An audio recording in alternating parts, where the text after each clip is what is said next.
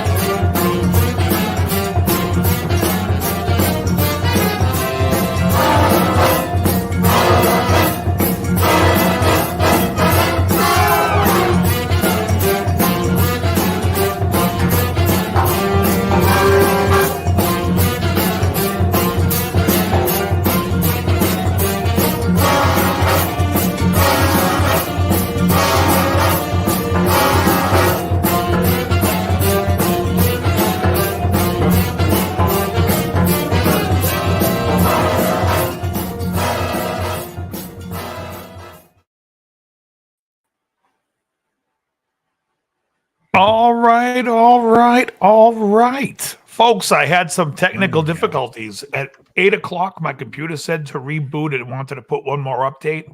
And it took like 35 minutes. I couldn't believe it. Yeah. Anyways, we're here. What's that? Right before we went on, I was all set up and my cat knocked the cord out. I had to restart friggin' Potato again.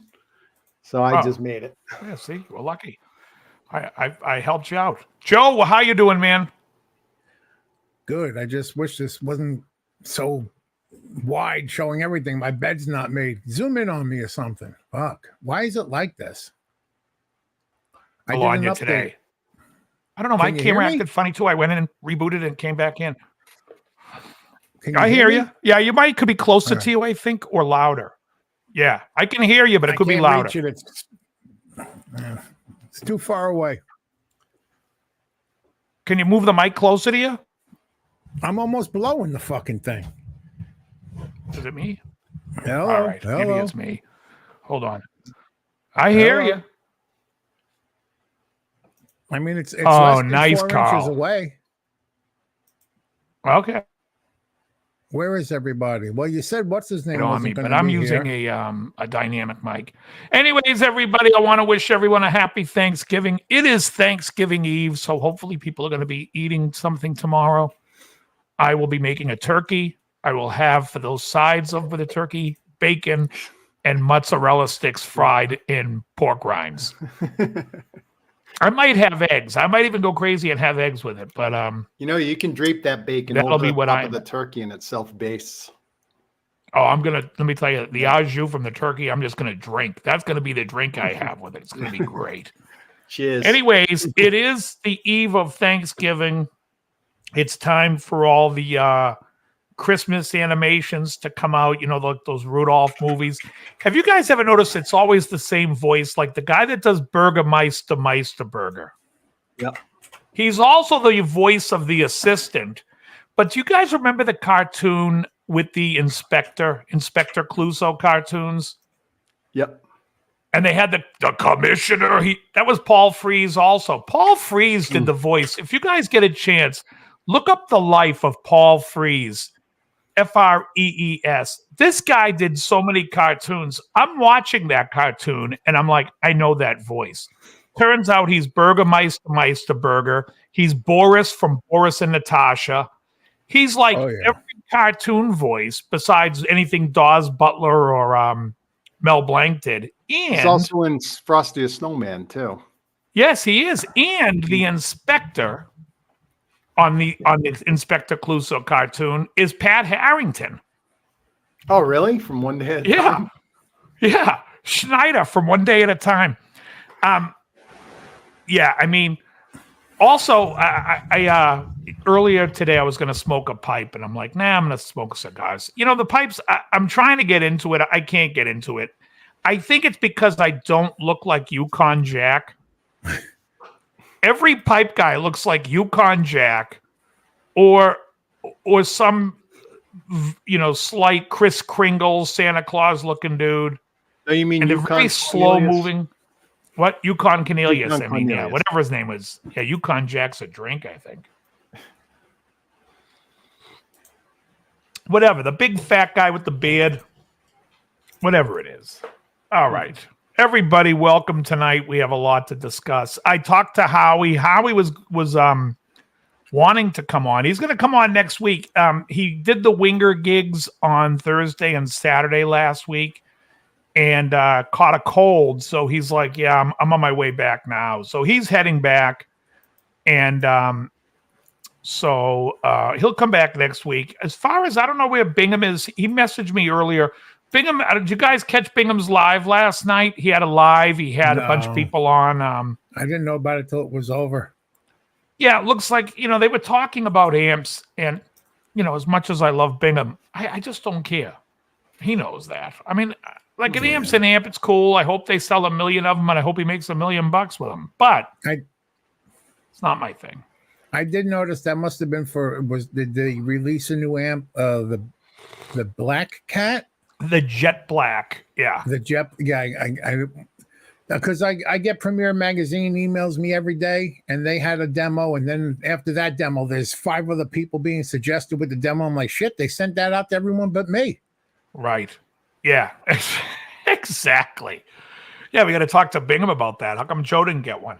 And in all honesty, it's like, you know, that's the business these days. It's basically, you know, guerrilla marketing, get out there and throw it out to as YouTube as possible. And I'm sure from the demo that he sent me today, because that's what John and I were talking about, it is a really nice sounding amp. And again, if you have one amp to go out and gig with, it's a beautiful amp. I mean, what can I tell you? I kind of fell in love with that thing. I didn't know who the hell was playing in the first video. Yeah. But even just basic chords were like, ooh. Yeah, you know, it's Marshall-y, but at the same time, it doesn't have that yellow sound that I don't like in Marshall, that metallic sound. But you know, the cleans also had that chimey. I'm sounding like an idiot now. You know what I mean? I do. That nice Tiny Fendery dark kind of sound. tone. Yeah. I do. Should we get some P90 guitars now? Because we need to hear the P90s through it. Yeah, the P90 Buzz. A buddy of mine came by my house yesterday. He's a good friend of mine. He has cancer, and he's been like, I mean, I think he's going to be all right. He's a little different, which I can't blame him, but he's trying to sell a lot of gear. Did you get him on the Carnivore?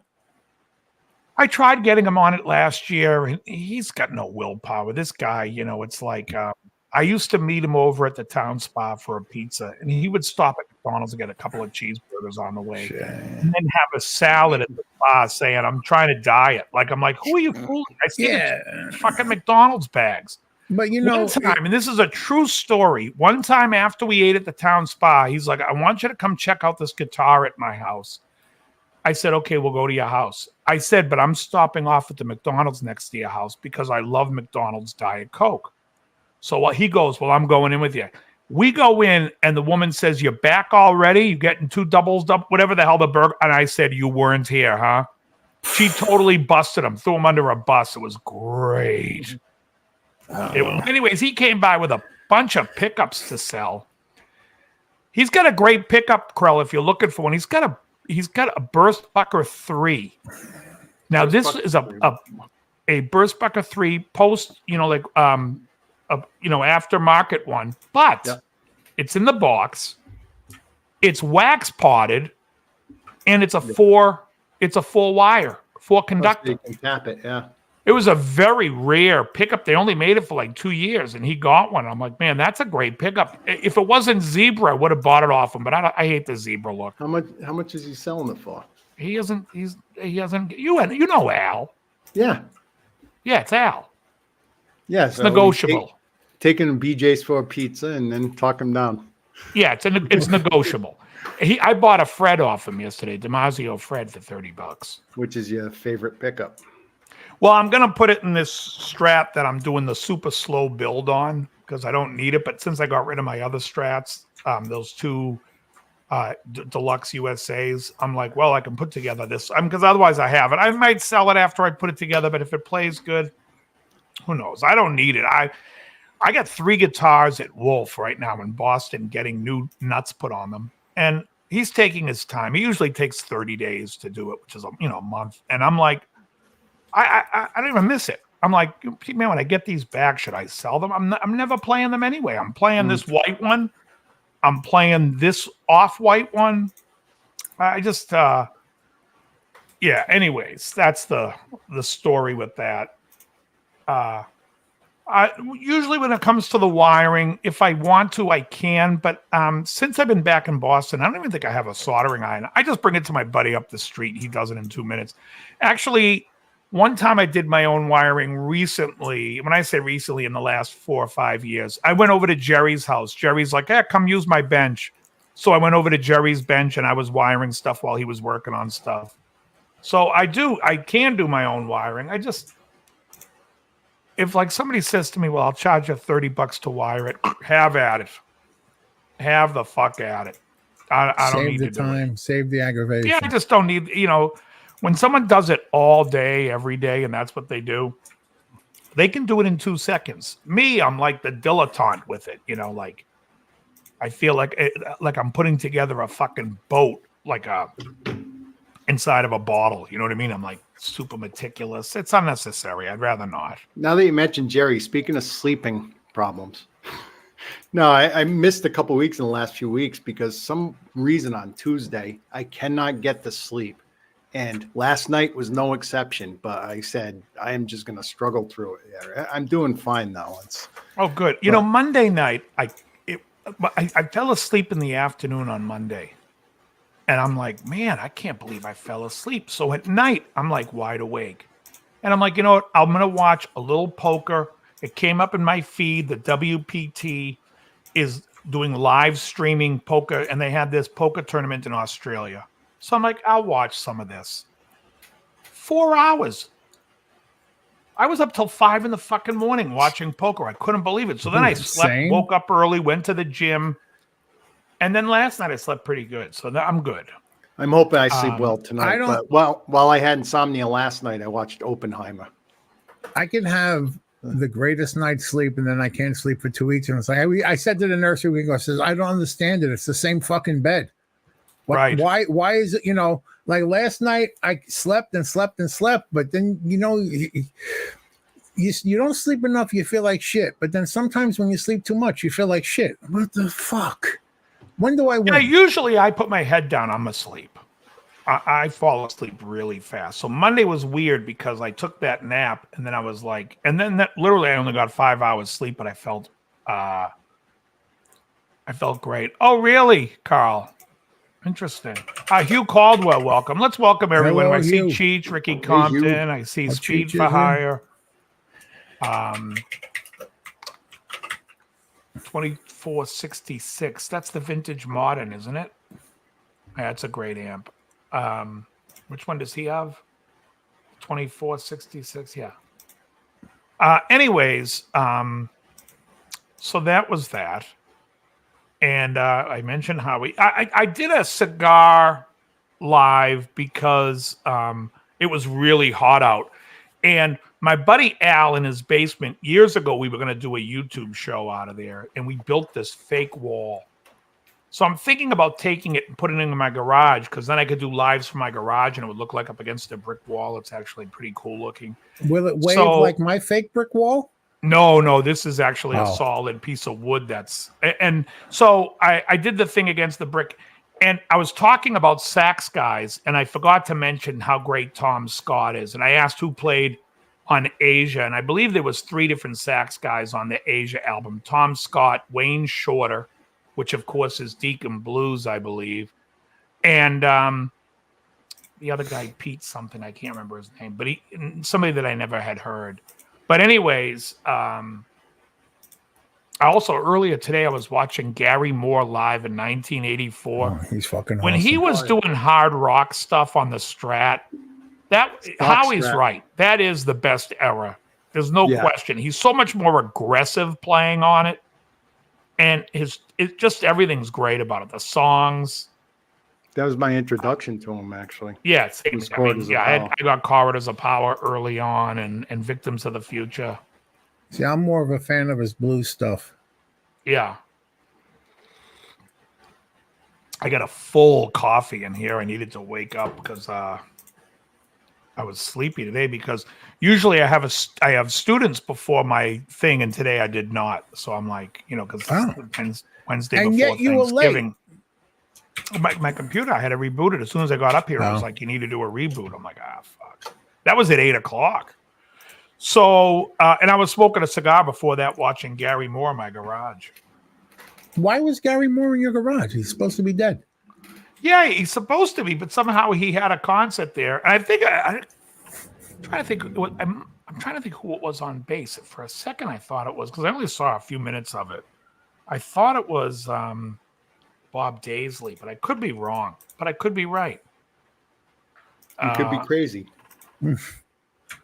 May just be. A I lunatic. could be right. I'm looking for. Yeah.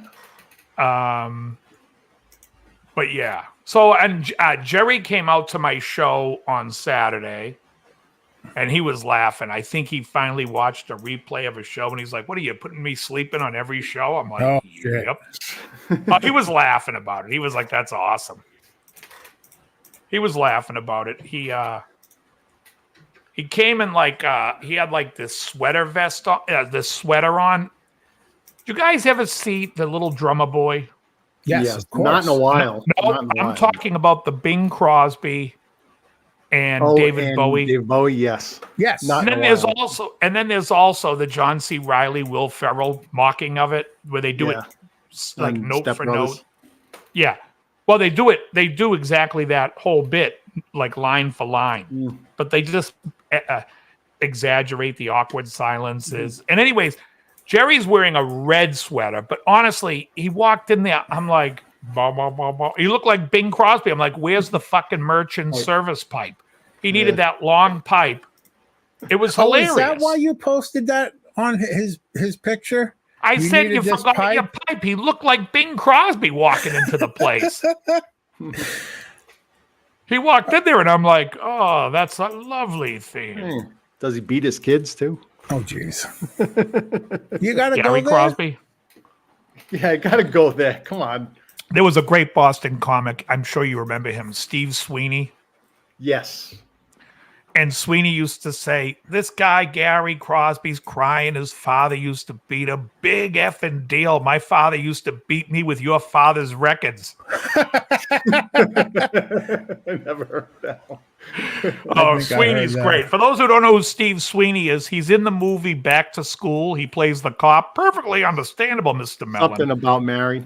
And he's in Something About Mary. As a He's the cop. cop that zips him back up. We got a bleeder. He was masturbating. Oh, I love Steve Sweeney. Funny story, 19 years old, I'm flying out to Los Angeles by myself. And the guy who gets the seat next to me, Steve Sweeney. We were talking the whole trip. I was like, 'cause I had seen his stand-up when I was like 17 or 18 a few times. So I loved his stuff. He was going out there to do some like TV show or something. Funny bastard. Yeah. Well, so is Django, Hugh. So is Django. Also, I've been listening to a lot of. Have you guys heard the band Porcupine Tree? No. Yes. It's Richard Barbieri on keyboards from the band Japan. But that guy, Steve Wilson, he's very good. And I like his whole vibe. He has that, he fits in with those guys, Sylvian Jansen and Mick Karn and Barbieri. Apparently, because Barbieri stayed in the band with him. But good stuff. Good stuff. All right. What else do we got on the... Go ahead. I actually saw something pretty cool today. My friend had sent me a link of Steve Martin Yeah. I forget what they call themselves, but Steve Martin's got the banjo and he's got a whole like band behind him, and they did like 3 or 4 songs. Yeah, Oh, I yeah, saw he's that. good. Yeah. It was excellent. He's great on banjo. Wild and crazy guy. You can't play Yeah, a sad I mean, he song was when you're funny. playing banjo. What? You can't be sad when you're playing a banjo. When I was a Oh. kid, I used to have his book, Cruel Shoes. Do you guys remember Cruel Shoes? Yep, we had Yeah. that book Was it- too. My brother It was actually great. had Oh, yeah. the And above Cruel all, Shoes. she had the jugs. Remember that was his poem, She Had the Jugs, and he like talks about she walked into a room with sophistication and class. When people spoke to her, they lit up her, and it goes into all these things Yeah. that he goes, but above all, she had the jugs. Great bit. I haven't read Yeah. that since the 70s when I was a kid. Oh yeah, no, it's gold. It's absolute gold. Tone Seeker, welcome to the chat. Can't remember the last time I slept well. Cap naps for me. Yeah, I sleep like a baby. So I usually know. It was just the problem. I could have fallen asleep at 1:30 that night. I was in bed at 1, and I put the poker game on. But then there was such action going on, and there was so many great hands, and I got into it. I'm like, I was awake. I was like, fuck, I'm not going to sleep. You know what I mean? I'll get in bed, and then the next thing you know, I get lost in like an hour's worth of fucking Instagram stories that people post. Yeah. Hugh says his 80-year-old neighbor was quoting Eddie Murphy, delirious. Yeah, yeah, you send me like usually at 2 a.m. I get like I can hear my phone send off the Instagram thing that someone sent, and it's either you or RL. I don't go that late because I try I to don't get. know. My brother's in LA, so he doesn't even care. I'll get stuff at 5 a.m. Oh God! from him, and I'll not wake me. up. Oh, nice. Wasn't Girl, me. you never look better. You're getting cat butt now. Yeah, exactly. What else was I going to talk about? I don't know. What else you guys got? What else is any movies this week you watch? No, but I've been going crazy getting those $5 Nah. movies for Voodoo. Get down. Oh yeah. I actually did watch one movie and it fucking pissed me off. No. What the hell's the name of it? Give me a second and I'll tell you. I gotta tell you, I've been watching. I go out to the garage and it's like I'm going to smoke a cigar, which is about an hour. So every time I go out, I put on Perry Mason on Prime. Oh, it's great. What I don't understand is why Lieutenant Tragg is so smug. He hasn't gotten one case right, but every time he goes to arrest somebody, he's so sure. I'm like, really? We're other 4 guy. seasons in, which is about 100 episodes, and 100 different cases. You haven't gotten one right. What are you walking around so fucking smug for? What does he have a job for? So the movie I saw Oh, yeah, was called, TV in the garage, Cheech. You know it. I put it in there for the winter because I'm stuck in there to smoke cigars. Daryl Hall is suing John Oates and getting a restraining order against him. Gee, Yeah, I just saw that story before. You did? I didn't even hear about it. how did that happen? The honeymoon's over. Yeah. Yeah. Getting to the movies, like I mentioned earlier, I saw Oppenheimer. I think last Jay Graydon and David Foster wrote a song about that. After the love is gone, I'm gonna sue him and get a restraining That's order. just the Love is Quarrel. Movies like that, I have no desire to see. What? Oppenheimer. Well, it's Christopher Nolan. I know, I mean, but I don't give a I fuck. like Nolan. Yeah. It's long though, isn't it? It's 3 always gonna hours, be but long. it's 3 Let me hours. tell you. But it doesn't drag. I mean, the story's good. They did something well with it. Does it Lieutenant Tragg? Let me say this. If you can't fucking edit a movie under 2 hours, get the fuck out of the business. You're Thank you. killing me. You're killing me. So somebody asked me about a movie and I said it was pretty good. They watched it and they were like, I didn't really like it. I'm like, it's 90 minutes. At that point, everything's good.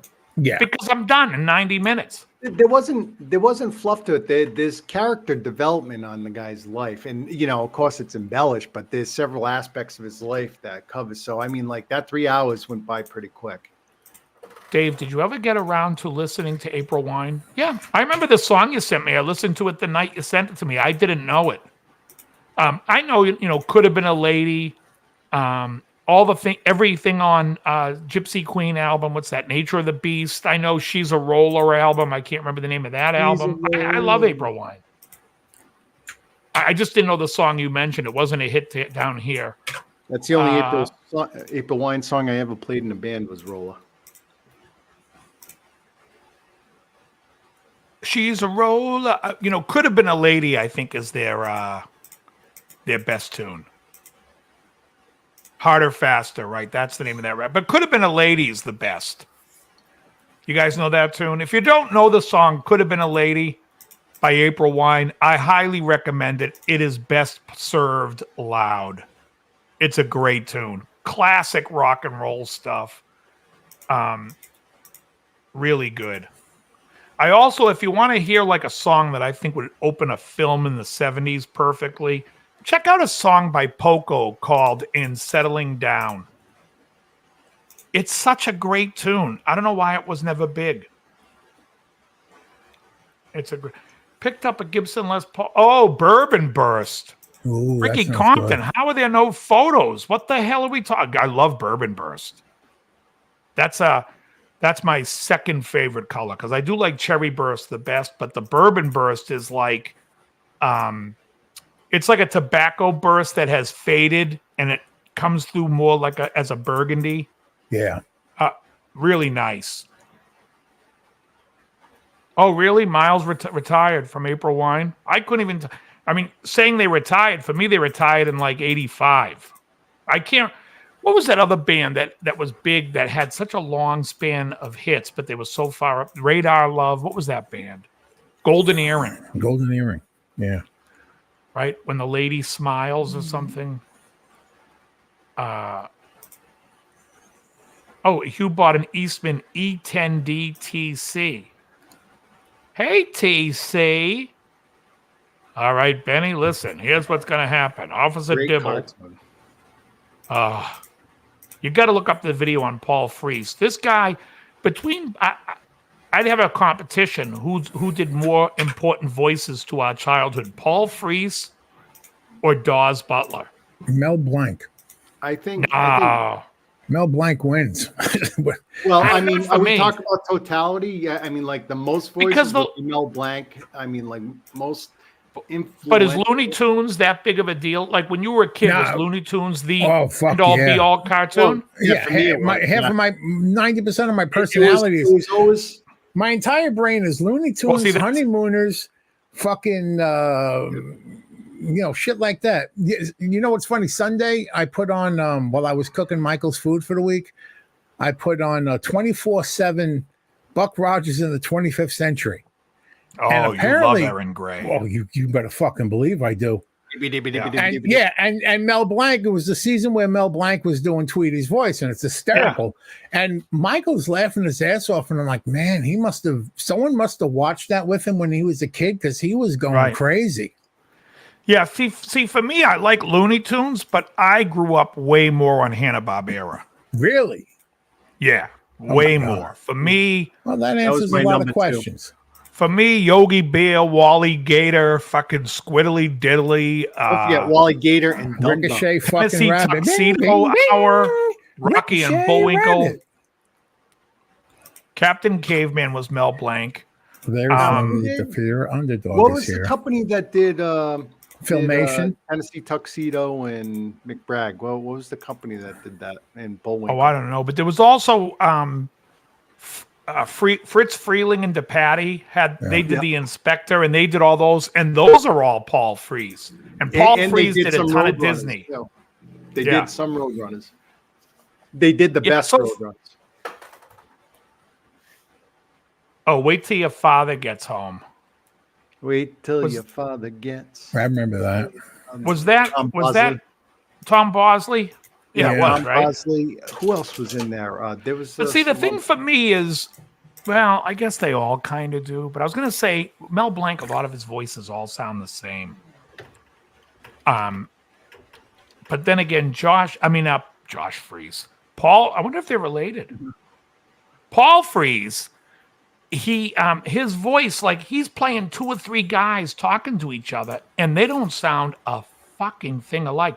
Paul Freese did the voice of Tony Curtis when he was dressed as a woman in Some Like It Hot. They dubbed Paul Freese's voice doing a woman's Now voice. that's some trivia right there.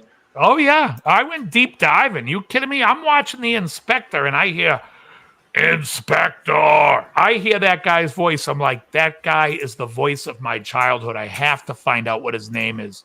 And like I said, he was the Burgermeister, Meisterburger. Yeah, who was the one that was it? Meisterburger. They always go busy. No, he was in one of the Christmas stories. Busy. That was him too. I forget what character that was. But just finding out that Pat Harrington is the inspector, and when you listen to him, it's like, that's just fucking Schneider putting on a French accent. Yeah, and I didn't know until you pointed out. I'm like, oh shit, now I'm only going to hear Schneider. That's all I hear when I watch it. And Schneider, of course, was great. He's also in a great episode of Columbo. Oh. Hey, you know who else was in the cast of Wait Till Your Father Gets Home? Give me the name.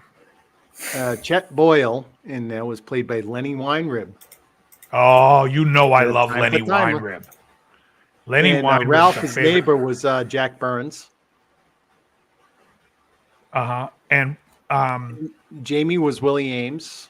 Pat Harrington was Mr. Takamoto. oh, was he? Yeah. Pat Jackie Harrington O'Haley all was- over the place. Now he's doing Japanese voices. He's doing French. I'm ready to go on a limb and say Pat Harrington's the most talented actor in Hollywood. He's got the best mustache. Well, he didn't always have it. In the Columbo episode, he doesn't have it. That's right. And Jackie Earl Haley played Jamie Boyle as well, along with Willie Ames. You guys gonna buy Teddy's new bio? What's that? Ted Alan Nugent? Melvin. Oh, I love Alan Melvin. Oh, He's Dawes Butler was in it. He played the police officer. Butler's in everything. The guy Yeah. is the voice of. Like I said, I'm putting Butler and Freese ahead of Blank. I like Mel Blanc, but I'm not that big of a Looney Tunes. They all sound the same to me. Captain Caveman, you can tell that's his voice. Yeah.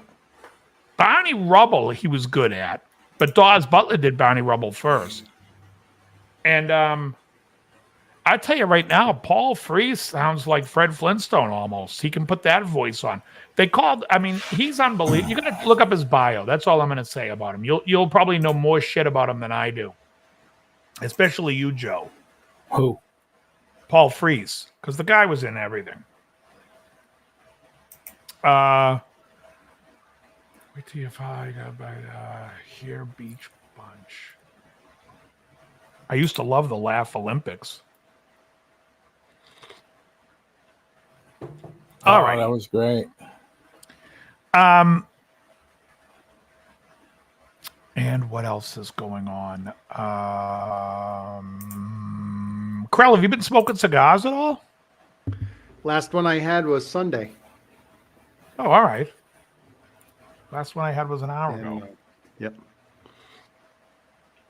I smoked a Malperito Caldwell, Lost and Found. All right. What do we have? Do we have any lists on the I docket was today? just about to say I got a short list ready to go. The 12 best comeback albums in classic rock history.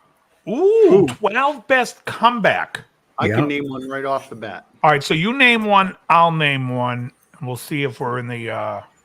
Well, I've seen the list. I know they're gonna. No, you I can't because you looked at it. Yeah. Go ahead. I know they're gonna say Meatloaf. Back to hell. Absolutely not.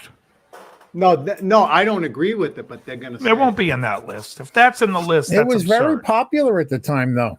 Oh The yeah. second one He wasn't. The literally first went one from was. clubs to Well, the arenas. first one's a classic. He was playing at a club in Mendon, Massachusetts, the week before I played there, and friggin', then like a month later, he was playing arenas. I love Hong Kong Phooey. Joey Ross. Oh, has his- Hong Kong Cooey's fucking awesome. Back in Black, I wouldn't call a comeback record because their biggest album was Highway to Hell up to that point. They were on the trajectory of going north. I can't call that a comeback. You have to have been gone for a while. No, that's Black and Black. Back in Black is known as one of the greatest comeback albums ever because they came back from the death of their lead singer. It wasn't even a year. But everyone thought they were done. No. They said there's no way they can replace him. You don't remember? Yeah, Back in Black. I do remember this, that he was dead in February of 1980, and they put out an album in June. I still say it's a comeback because even No if they may way. have been riding high, I mean, like I it's disagree, like- but we'll get to it when we get to it. Let's go down this list. All right. I'm already arguing with the panel on the list. We haven't even seen the Fuck. list yet. You're impossible. All right. Number one, I do not And agree you're with this. easy. Van Halen, A Different Kind of Truth. Huh? Wasn't it No. just like a compilation that had 2 new songs? No, it was No. original recordings of songs that they had in the vault. But Oh, definitely, I wouldn't call it a great comeback because because I've never heard of it. So it wasn't couldn't have been great. that fucking great. because it wasn't great. It was a comeback, yes. Was it a good one? I don't think so. Well, like LL Cool J says, don't call it a comeback. I've been here for years. Right. Right. Now, so LL Cool J would agree with me that AC/DC Back in Black is not a comeback album. Oh my gosh. Is that Go ahead. someone in your comeback. place or is that Michael screaming from the living room? I don't know what this That's is. Okay. Michael. All right. Next on the list is Fleetwood Mac with Fleetwood Mac from 1975. Let me think about that for a second. And they have Okay, a here's li- my issue with these comebacks. Because to me, a comeback is a comeback of the same group. And that was 1975 Fleetwood Mac is the first album with the new Fleetwood Mac of John McVie, Christy McVie, Mick Fleetwood, Lindsay, and Stevie. Do you want their reasoning? It's a short paragraph. Go ahead, because they were big in the 60s. Go ahead. Although Fleetwood Mac was a well-established act with Christine McVie on vocals and Bob Welch on guitars, their transformation with the self-titled album was epic. The heavy lens frame spectacle-wearing guitarist was out, replaced by Lindsey Buckingham's mysteriously lush style. However, the game changer came in the form of iconic vocalist Stevie Nicks. Fleetwood Mac went 7 times platinum, smashing all their prior release sales. Their next album, Rumors, would eventually go double diamond. Right. Yeah, there's no way you can call Rumors a comeback because Rumors is just more. Rumors is the second album in that phase of Fleetwood Mac, and Tusk would be the third. LL Jables, Cool what's J. happening? LL Cool J actually had something to say about that. Yeah, you're late on that. Hey, Bingham's here. What, did Bingham, you I got, Don't I call got, it a, a comeback. We Yeah. talked about it already. I got a list just for you. I sent it to Dave earlier today. Oh, You got did? a list, all right. Go ahead, hold on. Let me go on I with got a list for this. Dave. This one is comebacks, and so far, I don't know. I wouldn't call. See, let me just say this: Fleetwood Mac first album of 1975, the eponymous Fleetwood Mac album, I would call not a comeback, but a final assembly of something that worked for them. Okay. Because I don't even think it's the same band. Well, were they dead in the water from the Peter Green years to No, 75? they had Bob Welch. They had a couple of hits. You got me hypnotized. Hypnotized was a big hit for them with him. So I guess how is that a comeback is a good question. I don't quite get it. All right, going on. Oh, hold on. Let me ask Bingham this because you're never going to find a bigger AC/DC fan than this fool ass. Bingham, Fool Yeah. ass. would you call Back in Black a comeback album? It's no. Exactly. That's all I needed. A yes or no, and that's Yeah, what I said. No way. All right. How would it Next was on the our biggest album? I get why people would probably try and make the argument. Everybody wants to romanticize the fact that you lose a singer, you should be dead in the water, and then they come back. But it was like what? It was a year later. It's not Exactly really. right. It's not really a comeback. They didn't have any dead spots in their history. Now I would argue on a lesser scale because it's metal and nobody gives a shit about metal, but Anthrax has had a comeback. That's a genuine comeback.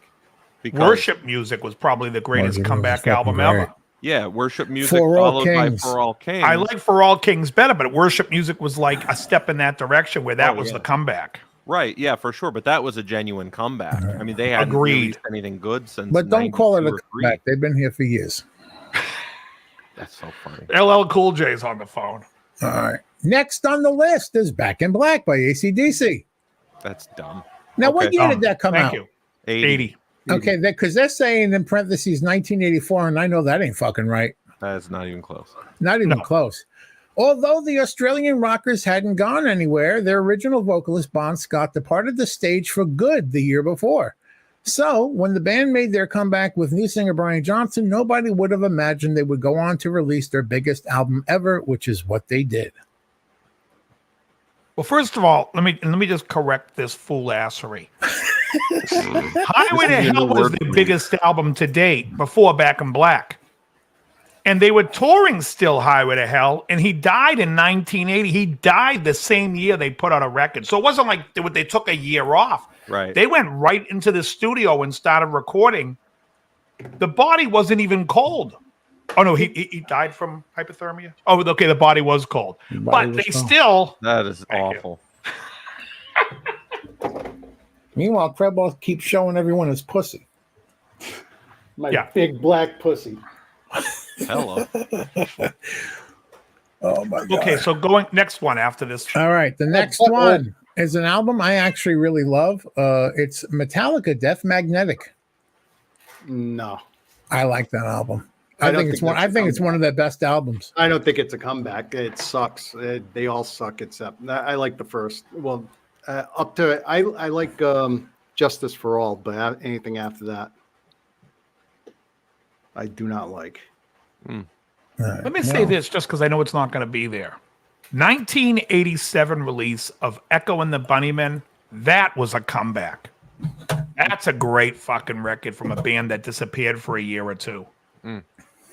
Okay, moving on. Is disappearing for a year or two, is that long enough? It seems Well, like because the a lot band of had bands kind of release a broken record up. every 3 years. It's not really. Yeah, now they do, but not back then. Yeah. All right. Back then, that was like, what the hell's going on?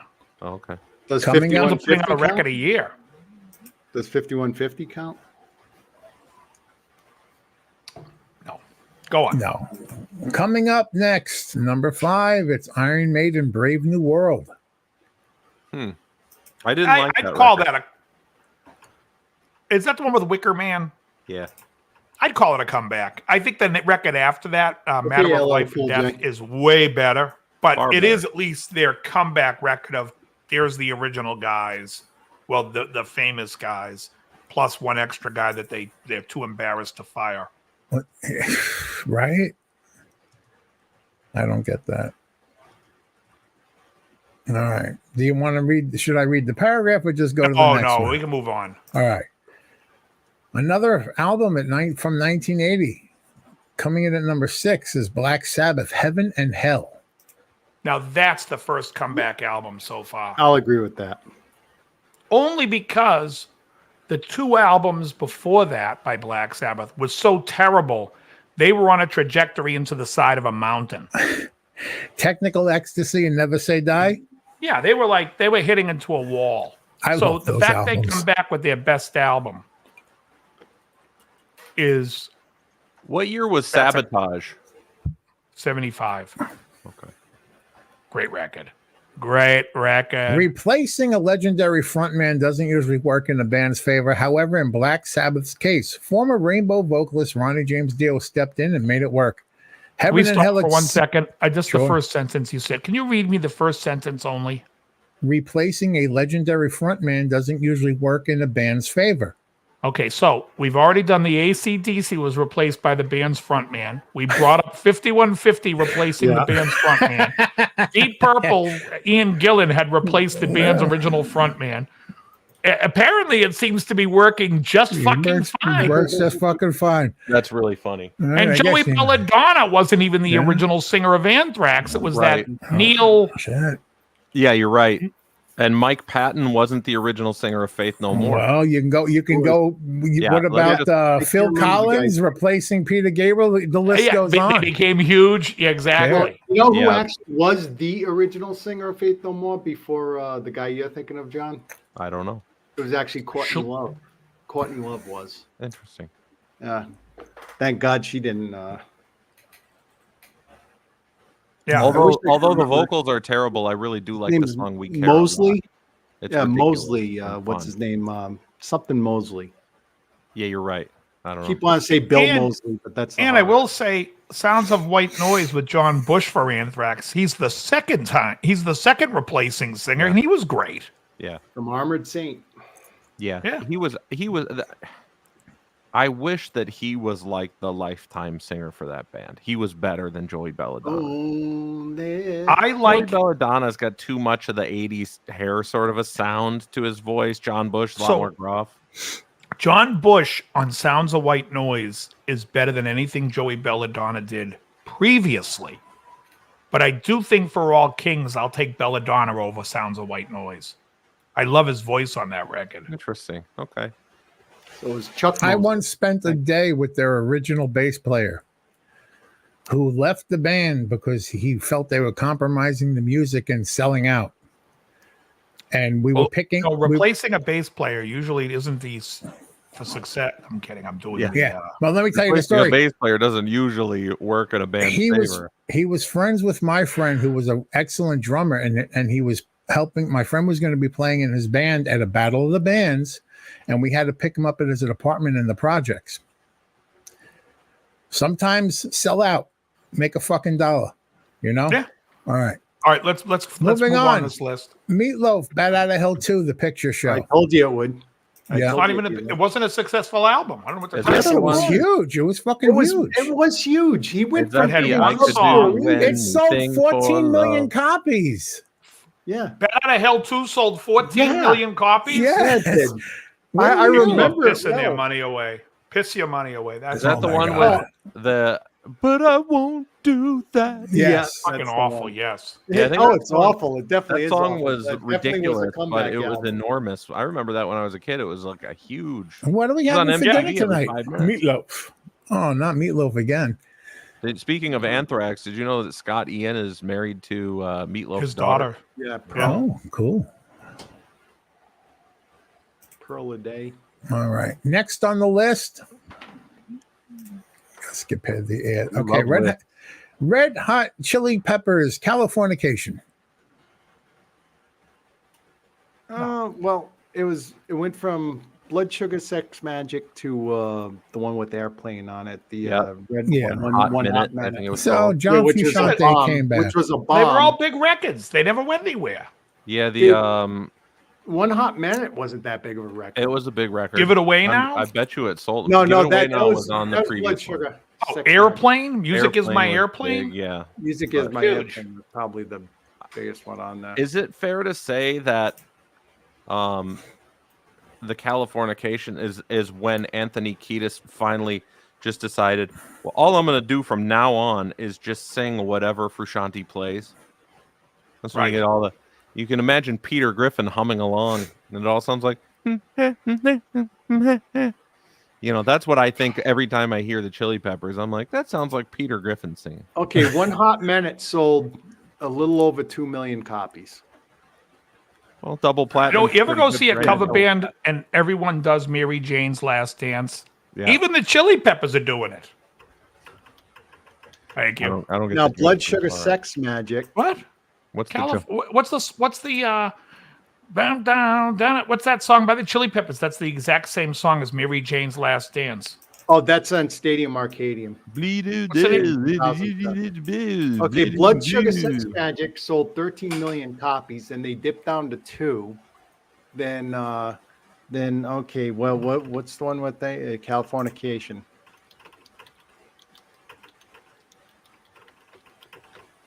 I guess I have a different And definition of a comeback. Californication sold 15 million, even more than Blood Sugar Sex Magic. So they went from 13 to 2. which was a big drop. And then a few years later, they came out with Californication, went back up to 15. Is Californication the album after that dip? Yes. Yes. It's the okay. So they brought back Frusciante and they got back. Yeah. Okay. Part of the reason was the guitar player that took over for Frusciante was what's his face, Dave Navarro. and nobody wants to buy a record with that douche on it.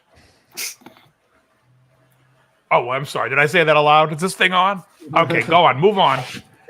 I think the next one on the list is hysterical because in the title, they put the album name wrong. And you think, oh, maybe it's a typo. But in the paragraph, they put it wrong again. They're saying that in the next comeback, there was Alice Cooper Constriction. ION. Constrictor. It's Constrictor. Featuring a hilariously fake snake constricting Cooper's face on the album cover, the Dark Rockers' Constriction ended a decade in the musical doldrums. On a run of few commercial record failures, Cooper was suffering from substance addiction and also lost his Warner Brothers record deal. However, drawing strength from faith and family, Cooper became clean and sober, signing with MCA and releasing his strongest album in years. Okay, so according to this version of what, let's just call this their version of what a comeback is, Madonna did a comeback every 2 years. Every two albums, Madonna, because she reinvented herself every 2 albums. Therefore, it's a different. It's a different thing. And it's Well, she was always at a high level, though. The album sales didn't dip. No, not really. Like, did True Blues? Oh, did Vogue sell as much? Who knows? Who cares? The point I'm making is that's not a comeback. Comeback is you disappear, you come back, and all your fans, and you draw back like a huge crowd. Can we think of any band that did that?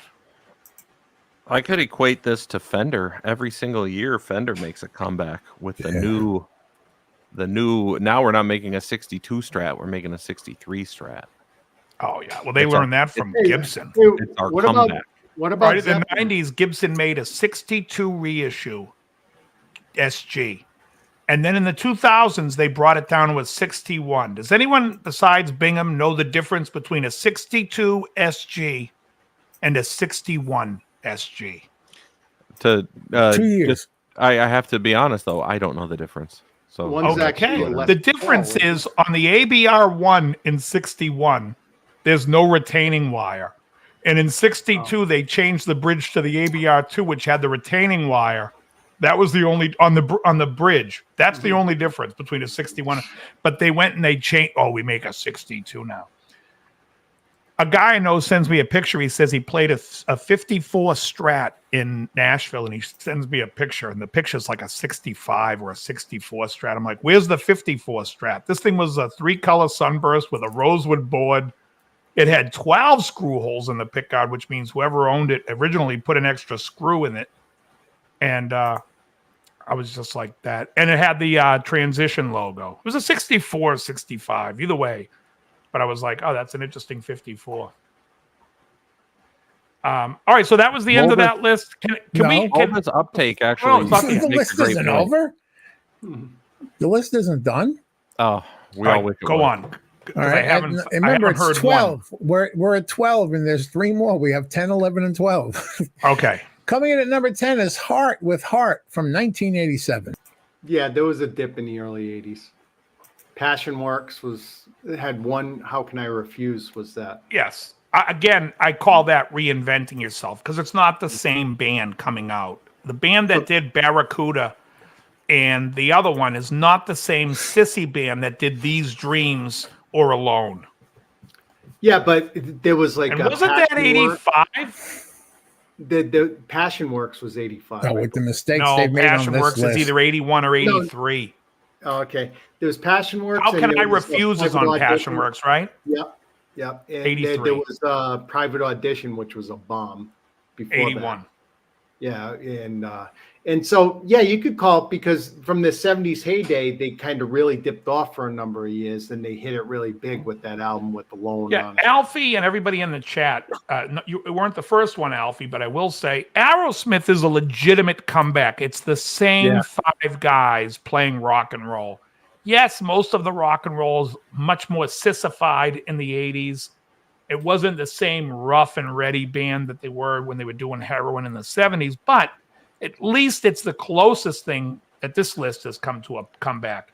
And the album that would be the comeback would be Done with Mirrors, in my opinion.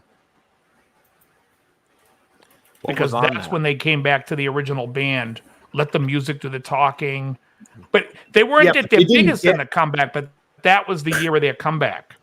Here's the, That wasn't the comeback album though. That it's like it didn't really even fucking make a drop other than that one song. Or maybe that's why they're not in there, because they did that Yeah. first. But to me, that was their comeback of the original five guys. They got rid of Crespo and DeFay. They brought back in Joe Perry and Brad Whitford. Yeah, Pump was definitely the bigger record that blasted them into space. But Wasn't all right, Joe, Permanent what else? What's Vacation number? the- What's the All right. number 11? coming in at What? number 11, Aerosmith with Permanent Vacation. Yeah. And here's what they say. Technically not a comeback album per se, Permanent Vacation came at the end of a slump in the American rocker's career. The band members' well-publicized drink and substance abuse issues almost caused their downfall. However, a switch to Geffen Records and outside writing help, albeit following a flop in the band's debut Geffen recording, Done with Mirrors, brought the band a 5 times platinum record. Permanent Vacation laid the groundwork for the band's hugely successful albums Pump and Get a Grip. Oh, I thought Pump was the one that was after Done with Mirrors. Permanent Vacation is between Pump and Done with Mirrors. Yeah. Yep. Oh, That I no. did not know. Permanent Vacation came after Done with Mirrors. It was done with. It was Lightning got it. Strikes. I got it. Done with Mirrors, then Permanent Vacation. No, it's Lightning Strikes is Rockin' a Hard Place. Okay, now I get what you're saying. Rockin' a Hard Place, Done with Mirrors, Permanent Vacation, Pump. You know, the funny Go thing on. about that whole read that Joe just did is all of these other ones that preceded this, where they're like, this is a comeback. And then on this one, they're well, it wasn't really a comeback because they just had a slump. And it's like, wait a Right. minute. But the other Yeah. people didn't even have a slump. They were just not making a record for a year. You know, it's Right. like it's so I agree. stupid. All right. Go on, Final, Joe. One final last. on the list, number 12 is Tool with Fear Inoculum. What year is that? They're saying it is 2019. 2000s. Yeah, that was that one with that special cover art. That And Bingham, just to tickle your fancy, listen to the first sentence. Okay, Tool may not be a classic rock band, parentheses, maybe a classic prog rock band, question mark, and Fear Inoculum is not technically a comeback record. Yeah, I mean, it's insane because on this, by their definition of what a comeback is, I don't think you can argue that ZZ Top Eliminator is the biggest comeback then of any of these guys, according to what they're saying. Hey, I But want to it's not a comeback, but I'm just saying it's do me a definitely their favor. biggest Let me album. ask you a question. You know, around 10 o'clock, I'm going to put Mikey to bed. When I come back, can we call that a comeback? Exactly. But I'm not. Maybe I'll change my shirt and reinvent myself. Now you're reinventing yourself. It's no longer a comeback. All right. Oh, fuck. You know what's a Hey, comeback? Elvis in 1968. Ah, Yeah, the 68 comeback special. Yeah, but try to think now, guys, because obviously this list didn't name one legitimate one. Other than, well, I'd still argue that. What band had a big comeback? Well, let me ask. How would you- about instead of giving you a band, I'll give you one Or an that I artist. think is accurate.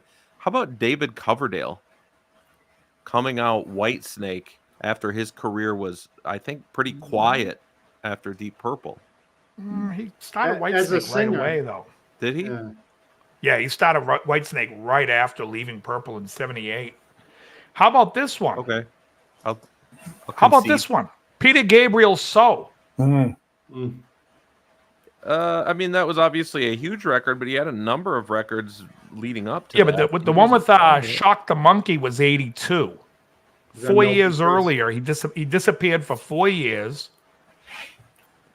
Steve Was it? Winwood Okay. back in the high life. What year was the one with Biko? Paul Simon, Graceland. Sorry, what year was what? Biko. 1980. Biko, Yeah. Biko, Okay, so Melting technically, Biko. Third Stage Boston is one. That was a huge album, even though it sucked. And that was like friggin' 6 years since they had released an album. I would say Good that's more of a stage comeback Boston. than anything we've Yeah. talked Alright. about. There's I don't two. care for it. I thought of two. Tell me what you think of these. Well, what would you consider Blizzard of Oz? His first solo album. A debut. So it's not a comeback? Okay. No, because I mean, not It's a really. personal no. comeback, but it's Yeah, not right. a comeback album. What about Yes 90210? That was huge. Huge comeback. Oh yeah, All right. yes, That yeah. should have made Huge. the list. Huge comeback. And you know what I didn't realize about that?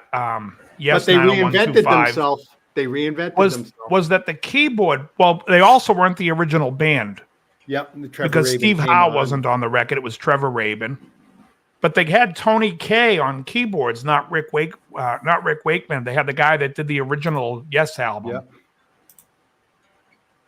But the definitely style and production were totally different in the How about songs. how about Kiss going unmasked for Oh, reinventing? God. yourself? I was thinking, lick it up. Their Yeah. comeback was when they put their makeup back on. That might be right. You know what the first thing when that band took their makeup off, what everyone said? They were like, Paul's Put it back bad. on. Folks, I'm joking.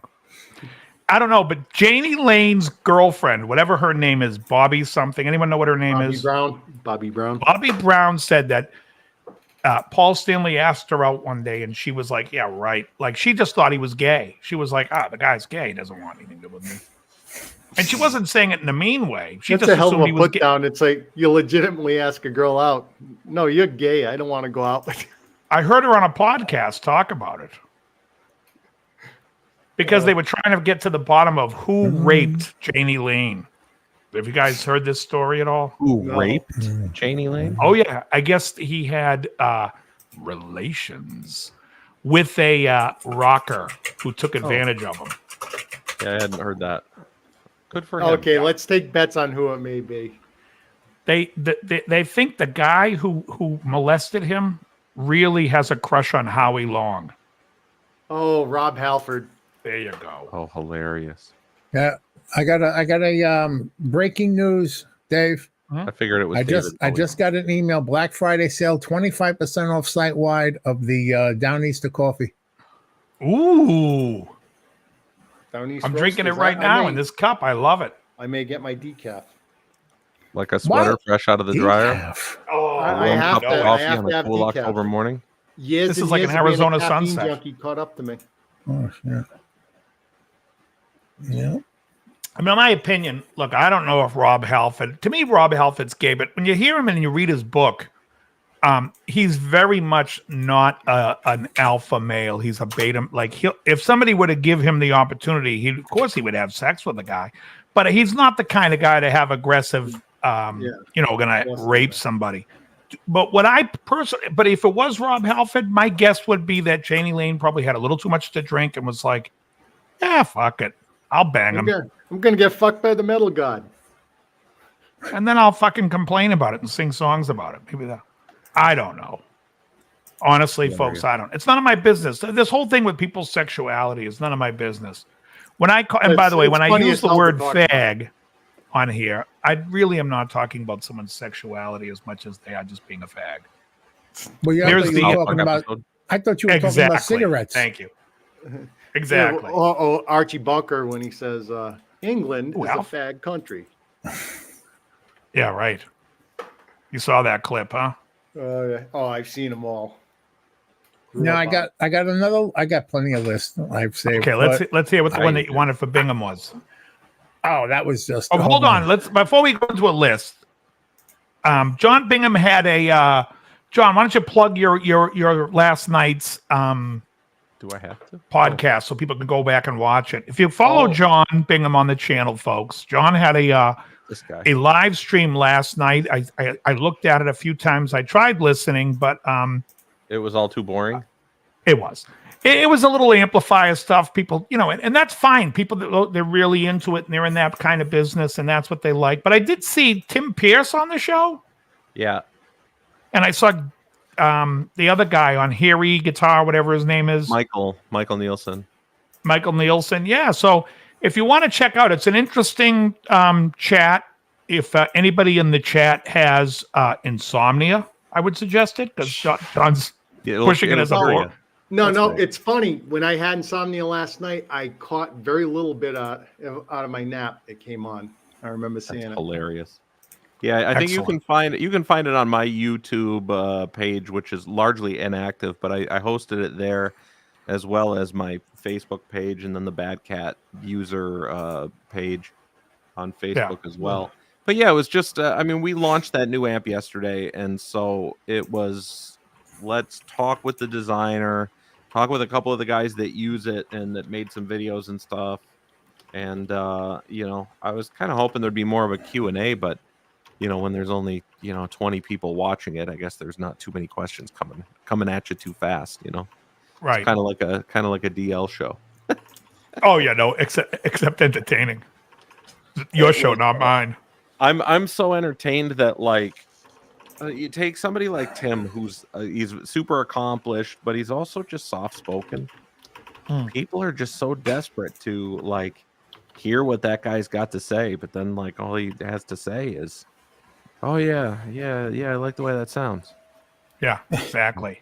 Yeah, and it's just like, oh wait, where's the wisdom? Right. Oh, the wisdom is in he plays things that he thinks sounds good. Right. I wouldn't. Yeah. Thanks for the limp handshake. Right. Well, the thing that's funny about it is it's actually in my opinion it's kind of funny because that is wisdom. I play things that I think sound good. You know, he's not worrying about the bullshit minutia that everybody else worries about. Of course. And Tim Pierce can play whatever the fuck he wants and make it sound good because he's good. Yeah, it's really One of those things like Billy Gibbons. What amp are you playing? What are you giving me? Exactly. What are you giving me? Right. Come on now. Awful. Okay, I gotta plug something else. It's not involving me, but all right. Who in the chat here knows who the drummer Phil Jones is? Anybody know Phil Jones? No. He plays for Mark Ford. Well, he does play for Mark I Ford. saw your post. Yeah. So okay, so I didn't know who this guy And the was Black either. Crows. Apparently, this guy was he played drums in the Heartbreakers for a while, and I guess he's like the drummer or one of the drummers that was on Full Moon Fever. Okay. You ever have one of those musician moments where you hear one note and you just know you're in for something fucking good? Absolutely. This guy, the very first snare drum hit when he sat down, compared to the band that was on right before them, you were like, "Oh, this is going to be good." And then the whole night he proceeded to kill it.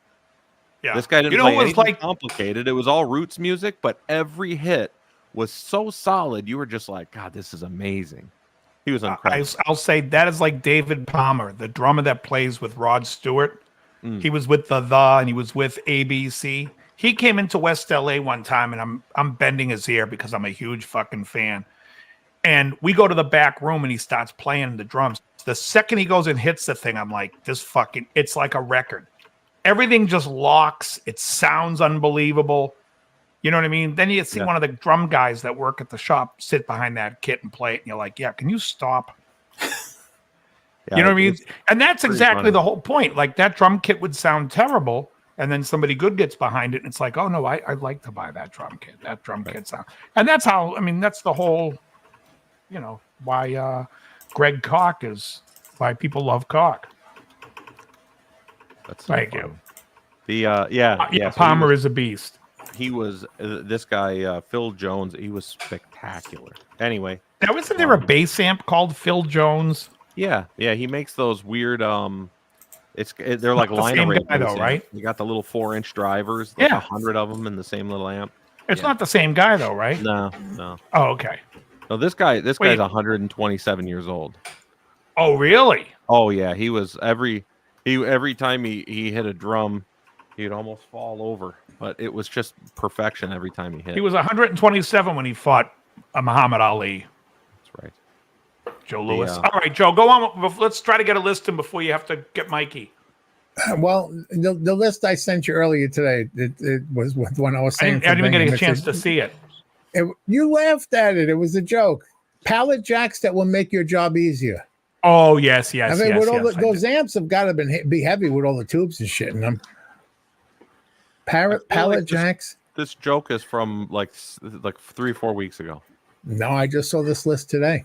Oh, No, he's saying that it's no, we did this. This All right. very same thing happened a couple weeks ago. all right. What's a real list that you got? I have the 20. How about this one? 15 best songs ever written. Okay, but before we do that, And you're none gonna of be us can name saying- a band that had a comeback. Is that what I'm to understand? I No, saw- I said Boston with Third Stage. I don't love that it. was no, you don't have to like it, but it freaking. But see, sold the Peter Gabriel's demo that comeback was his best album. Boston, what you're saying their comeback is just they came back, but it's a No, well, terror. that's It's their all a worst. comeback is. They don't have. But it's to their top worst. They don't have to. Well, make no, it that's what a comeback best is. album But the ever. list was the best comebacks. Well, that's a list of the best comebacks. But I mean, Right, a lot and I on the don't think- list weren't yeah. even comebacks. But Right. Okay, so now you're on the same page as me. Before you were saying Back in Black was a Yeah. comeback. I'm glad I changed your yeah, mind. you swayed me. Changed my mind. Steve Crowder. All right, go on, Joe. Let's right, hear the now- 12 greatest songs of all time. No, Is this this- rock this- music or Bob is this Dylan. all music? This is the 15 best songs ever written. It says this list pays tribute to the 15 most impactful and creative songs ever composed. All Dylan. These melodies have etched themselves deep within our collective consciousnesses, their lyrics touching our souls and their harmonies moving us in indescribable ways. Join us on this melodic journey as we explore these inspirational pieces, history, genius minds, and lasting legacy. You're going to be saying to some of this, who the fuck is that? And what the fuck is that? What are we going to have? Mozart, Lacrimosa? That would let's make go. sense. Some of this is like, Bismarcky. all right, Happy birthday better be on that list. that would be a good one. Twinkle, First- twinkle, little star. First one up is sure to get Dave to shake his head. It Smells Like Teen Spirit by Nirvana. Or is it Godzilla by Blue Oyster Cult? Right. Everybody knows it. I even know the percussive guitar strum at the very beginning. You know, it's just like everybody knows it. Yeah, I don't think it's a very. I mean, if we're talking about like from a songwriting standpoint, I don't think it would be the 15 greatest songs ever written. All right. But it's a clever punk song. Next up is Billie Jean by Michael Jackson. What? That's not even Michael Jackson's best song. Not only is it not even one of his best songs, it's the poor man's "I Can't Go for That" by Hall and Oates. I can't go for that. No, did you hear they're suing each other? Yeah. Oh, you did. Yeah. Well, Daryl Hall filed a restraining order against John Oates. That was in the news today. because one of them may have raped Jamie Lane. That's what the word is. That's the word on the street. Next on the list is Staying Alive by the Bee Gees. Ooh, I like Hugh Caldwell, Holiday That's in Cambodia. That's correct. not even the best Bee Gees song. Dave? Oh, I agree. It's not the best Bee Gees song, but I think it's a brilliant song. Nights on Broadway, probably the best disco song. How deep is I your love? like- I like a lot of songs by them, but I would say Night Fever's great. I think what's the song that you said? Nights on Broadway. No, what's the song that he said? The one that won. Oh, Staying Alive. Staying Alive. That's fucking good. Yeah, it's good. All right. I love Next the on, guitar sound in the beginning, but not their best. Go on. Down. next on the list is I Will Survive by Gloria Gaynor. Well, since we're talking about songs that are written, It's a classic. was that the original version, or she did the original? Yeah, Gloria Gaynor. Okay. Yep. It's a good pop song. I would say it's a well-written pop song.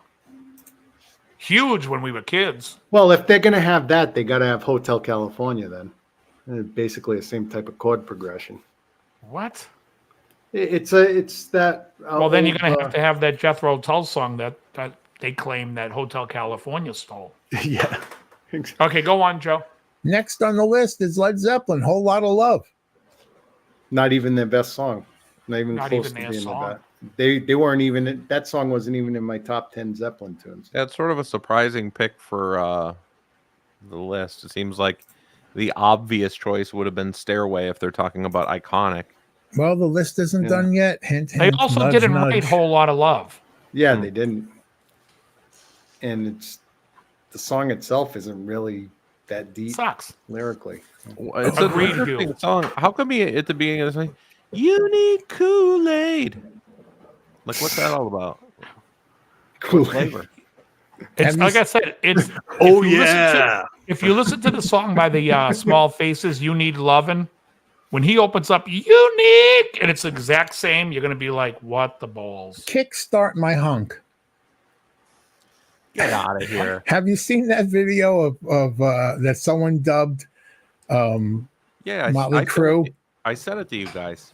Yeah, It's the best thing ever. Oh yeah, a friend of mine posted it today. I was dying. That's Next on the funniest list. damn thing ever.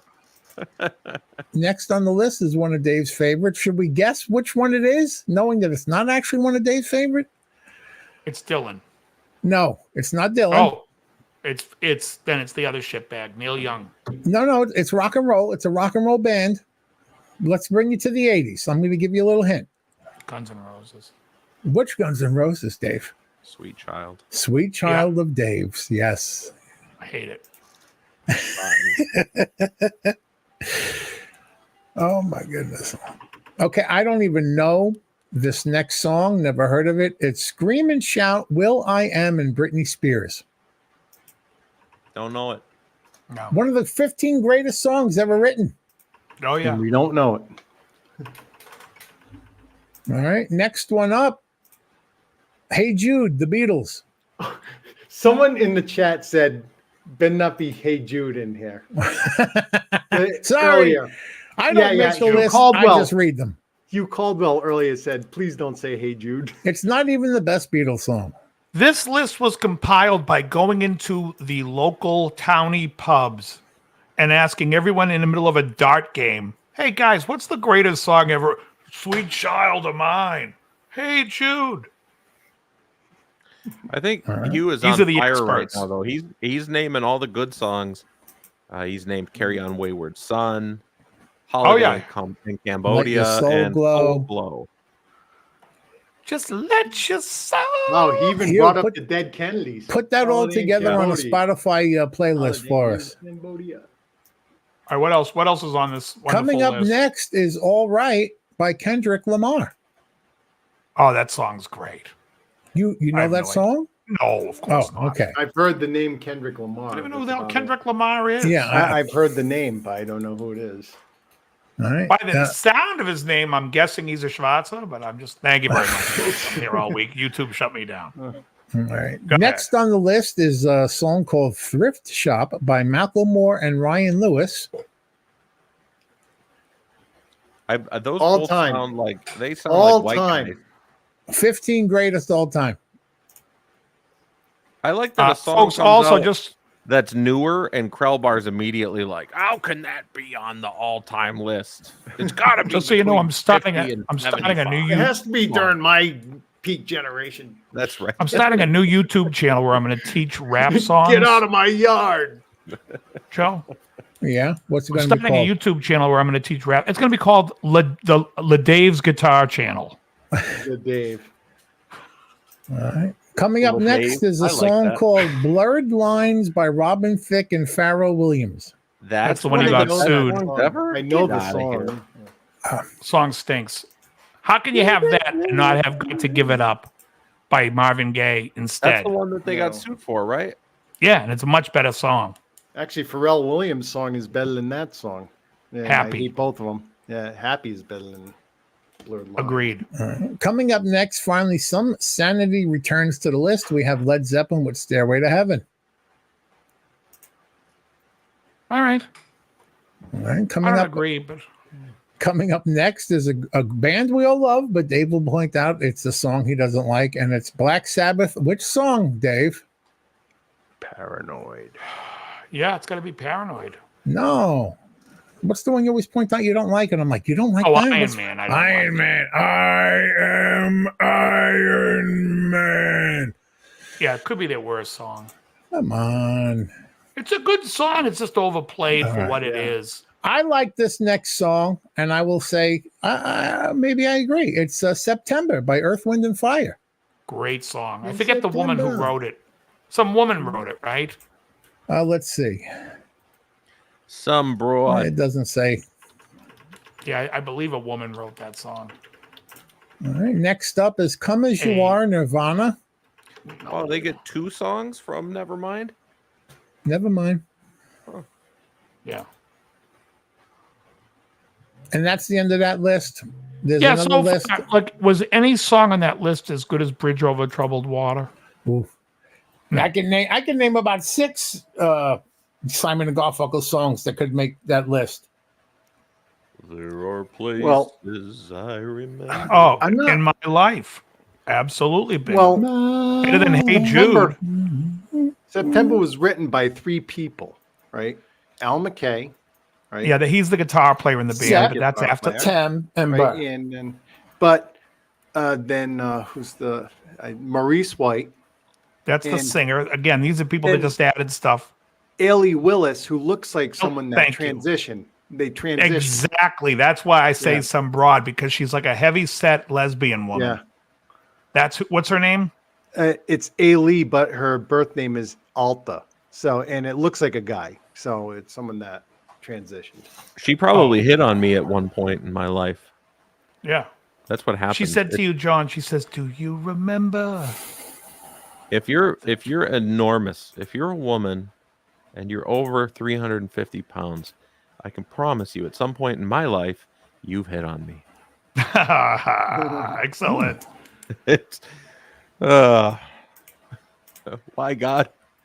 What did I do? The Two times 12 best microwave air fryer. What? The 12 best microwave air fryer combos. Oh, that's a funny list. Oh my god! No, but I'm going to put the king to bed. But I do have this other one here. If I don't know if anyone cares, the 20 beautiful, most depressing songs of all time. Oh, I like that because I already know what should be in the top 2. Oh, I know what should be there too, and it's not. And it's a song that made me fucking weep as a child in the backseat of my father's Cadillac every fucking time. Gilbert it came on. O'Sullivan. What's the name of that song by Gilbert O'Sullivan? Alone Again Naturally. No, but I know Yeah. that one. That's a good one too. In a little while from now. The one I'm talking about was I know a what Dave's one-hit gonna wonder. say. Dave's Everyone gonna knows stay it. still the same. Bob Seger. When it opens with a discordant guitar chord strummed slowly. Oh, I don't know. All right, go put Mikey to All sleep, right. so we'll get to that. Where's Driving and Crying on that list? Ooh, now you're talking. By Esteban Warrenier. That's the guy. The So Spanish good. Frenchman, Esteban Warnier. Well, they're probably gonna have Nirvana something in the way or something. What about Down in a Hole? I could see them Down putting in a that on the Hole. list. Oh, I thought of you yesterday, Bingham. I forgot to Damn, tell you. I'm Rooster- driving home Rooster. from the gym, You saw a 350-pound woman? and Dogman came on. Ooh. Oh, And I was King's like, X. why does Bingham love this band so much? I don't know. And why. what is it that I have issue with? And it was my honest opinion because I love the riff in Dogman. I think it's a great guitar riff. All the music is spot on. It just lacks what I would call an edge. It's like a beautiful knife, but not sharpened. There's no edge to the band. And then lyrically, I didn't understand what Dogman meant. Yeah, Me well, either. So- Dogman was their transition from their albums, Faith, Hope, and Love, and Gretchen Goes to Nebraska, and Not a Silent Planet. Those are the 3 key albums. Then I got Dogman, and they got heavier, and the riffing got better, but the songwriting kind of took a turn. I stopped following King's X after that album. I just was like thinking to myself, because every time I hear them, like same with Black Flag. What album is Black Flag on? That's on. Self-titled one. It lacks edge. It's just she had a black flag, and the vocals are, in my opinion, are too compressed for my taste. Like they're definitely Yeah, those albums that compressed. Grellbar just mentioned, the production on all of them are terrible. I Yeah. think Dogman's the closest they ever had to decent production. Yeah. Yeah, I don't know that's- why- I don't know like why I said, I the like it. production was good. The riffs were good. But what wasn't good was just the song in general. It reminds me of years ago, I went and saw Richie Kotzen perform live. And I thought to myself, this guy should be huge. Huge. His voice is unfucking believable. His guitar playing and his riffage was fucking awesome. Mm-hmm. Everything was great, except the songs didn't say anything to me. Yeah, he can't. Yeah. Lyrically, I was like, I just don't relate to this. There's a few I like in the catalog that are cool, but yeah, he puts out a prolific amount of music, and But I just didn't relate to the like. When you hear Soundgarden, and you hear, I mean, just open up the album Super Unknown. What's the opening song? Let Me Drown. Right, drown me again. Hits you like a ton. Lyrically, it's awesome. Then My Wave. Hey, if you want, everything about it you relate to, and you feel something from it.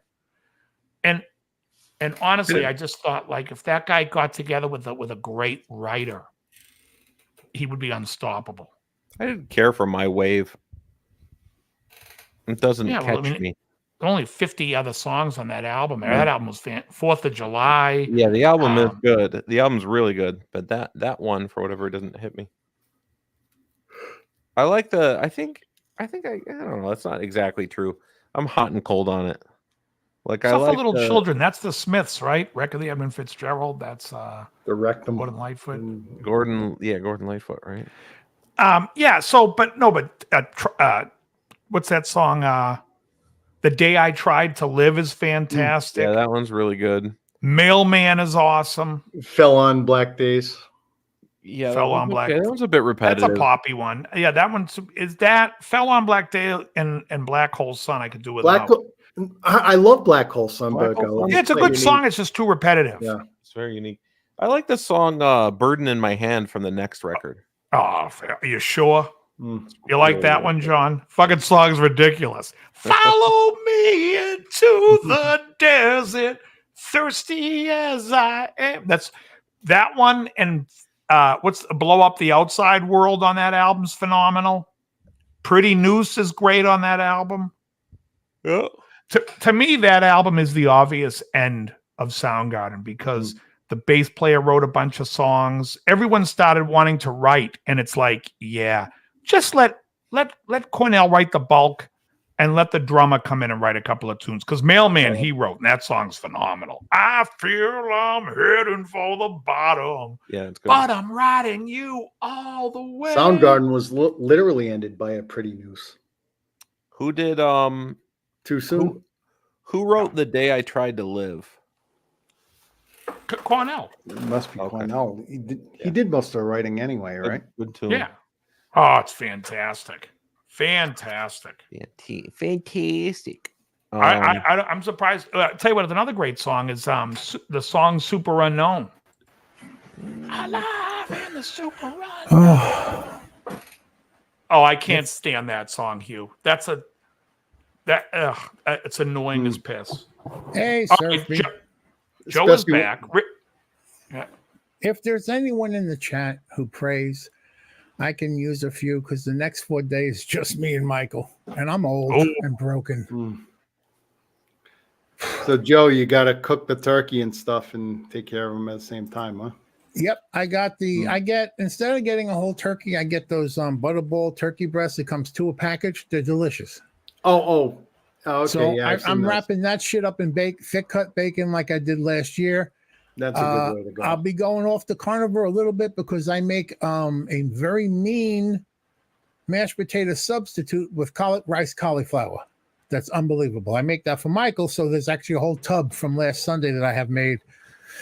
And that's what we're going to be doing. Oh, that's a nothing. That's not even going to register. I got my Spark cab still sitting in a box. It was delivered last fucking Thursday or Friday, and I haven't even had a moment to open it.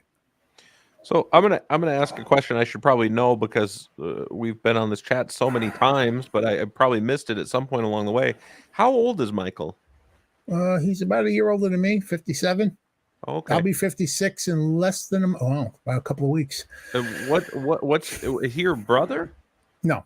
What's the My situation? brother No. Michael died in 2007. Found him dead on the streets Actually, of New York. Oh, shit. this Michael is heavy. He's not your brother. Not my brother. No, he's dead weight, so that makes him heavy. Yeah, he's So, handicapped. He has like when he what's the was issue born, he was born with cerebral palsy. But he could still walk and talk limited, like they, But at age 10, he got bit by a mosquito, contracted encephalitis. They couldn't get the fever down, and 108 fever cooked what was left of his brain. Jesus. So now he can't walk, he can't talk. You got to do everything. So What's your relationship? say I was about to be homeless, and I was milling about the church where I worked on the weekends. So I had nothing else to do with myself. So I went to one of the Knights of Columbus meetings. And so I said, hey, Joe, why don't you say what's going on with you? So I told my story, and his brother actually happened to be there, and they needed someone to stay at this house where I am for the last 15 years, coming up in this June, to take care of Michael. And here I am. Oh, so you're his caretaker. Yeah. Oh, that's I'm cool. more like the fucking crypt keeper. If Yeah, you want no, an accurate, have you ever seen the movie Castle Freak? No. No. Look it up. The opening of the movie Castle Freak, the way the Castle Freak is screaming, that's how Michael will scream sometimes at 3 a.m. And you'll be watching a horror movie deep in it, forget it that he's there, and out of nowhere you get ah, and you sink. Your soul just fucking sinks to your rectum. But that's it. That's a visual. I put him to bed. I said a prayer over him. Tomorrow he wakes up either wet or dry. If he's dry, he goes on the bowl and takes a piss. If he's wet, he gets a bath. Then he gets breakfast.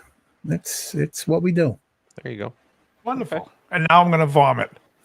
Thank you. Yeah, now look at you're doing the Lord's work. I basically do all the same stuff for my wife.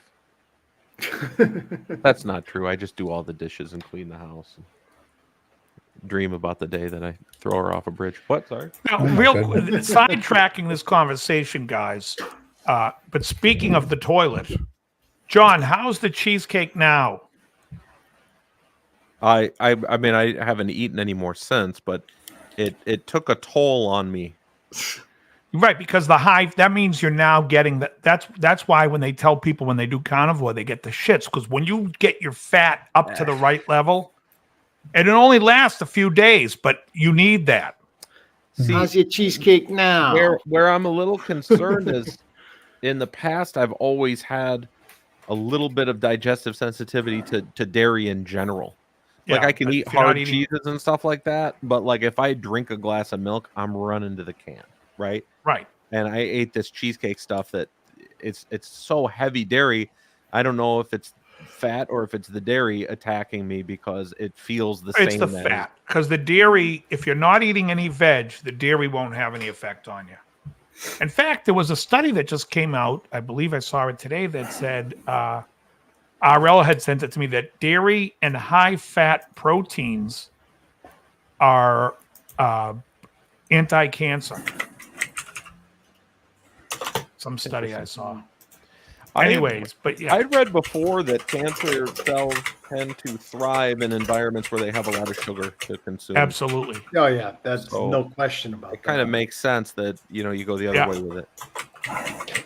All right. So, But I am still under 3 and still I haven't weighed myself in a few days, but I'm guessing it's still trending down. I'm wearing pants that I haven't worn in like 3 years, so that's nice. oh yeah, it's fucking hilarious. I went to You haven't worn any a- pants in 3 years. You want to talk something funny? He's I have- Porky Pigging it around the apartment. That's right. That's right. That's Yeah, why I you work want to know from home. something I'm thankful for? I have something on my feet for the first time, like in 4 years. I got Nice. King Size had they have clearance, so they have these slippers, and I'm like, you know what? They never have because I got fucking Hulk size, so I had to get the 16 extra wide for it to fit my foot, and it's like, Wow. oh Holy crap! yeah. How tall are you? I'm like 6 foot. I'm probably like 5'10" now. I think the Those fat feet pulled are me down an huge. inch or two. I'm 6 foot. Well, I'm 6'3" now. I used to be, but my feet are like 13.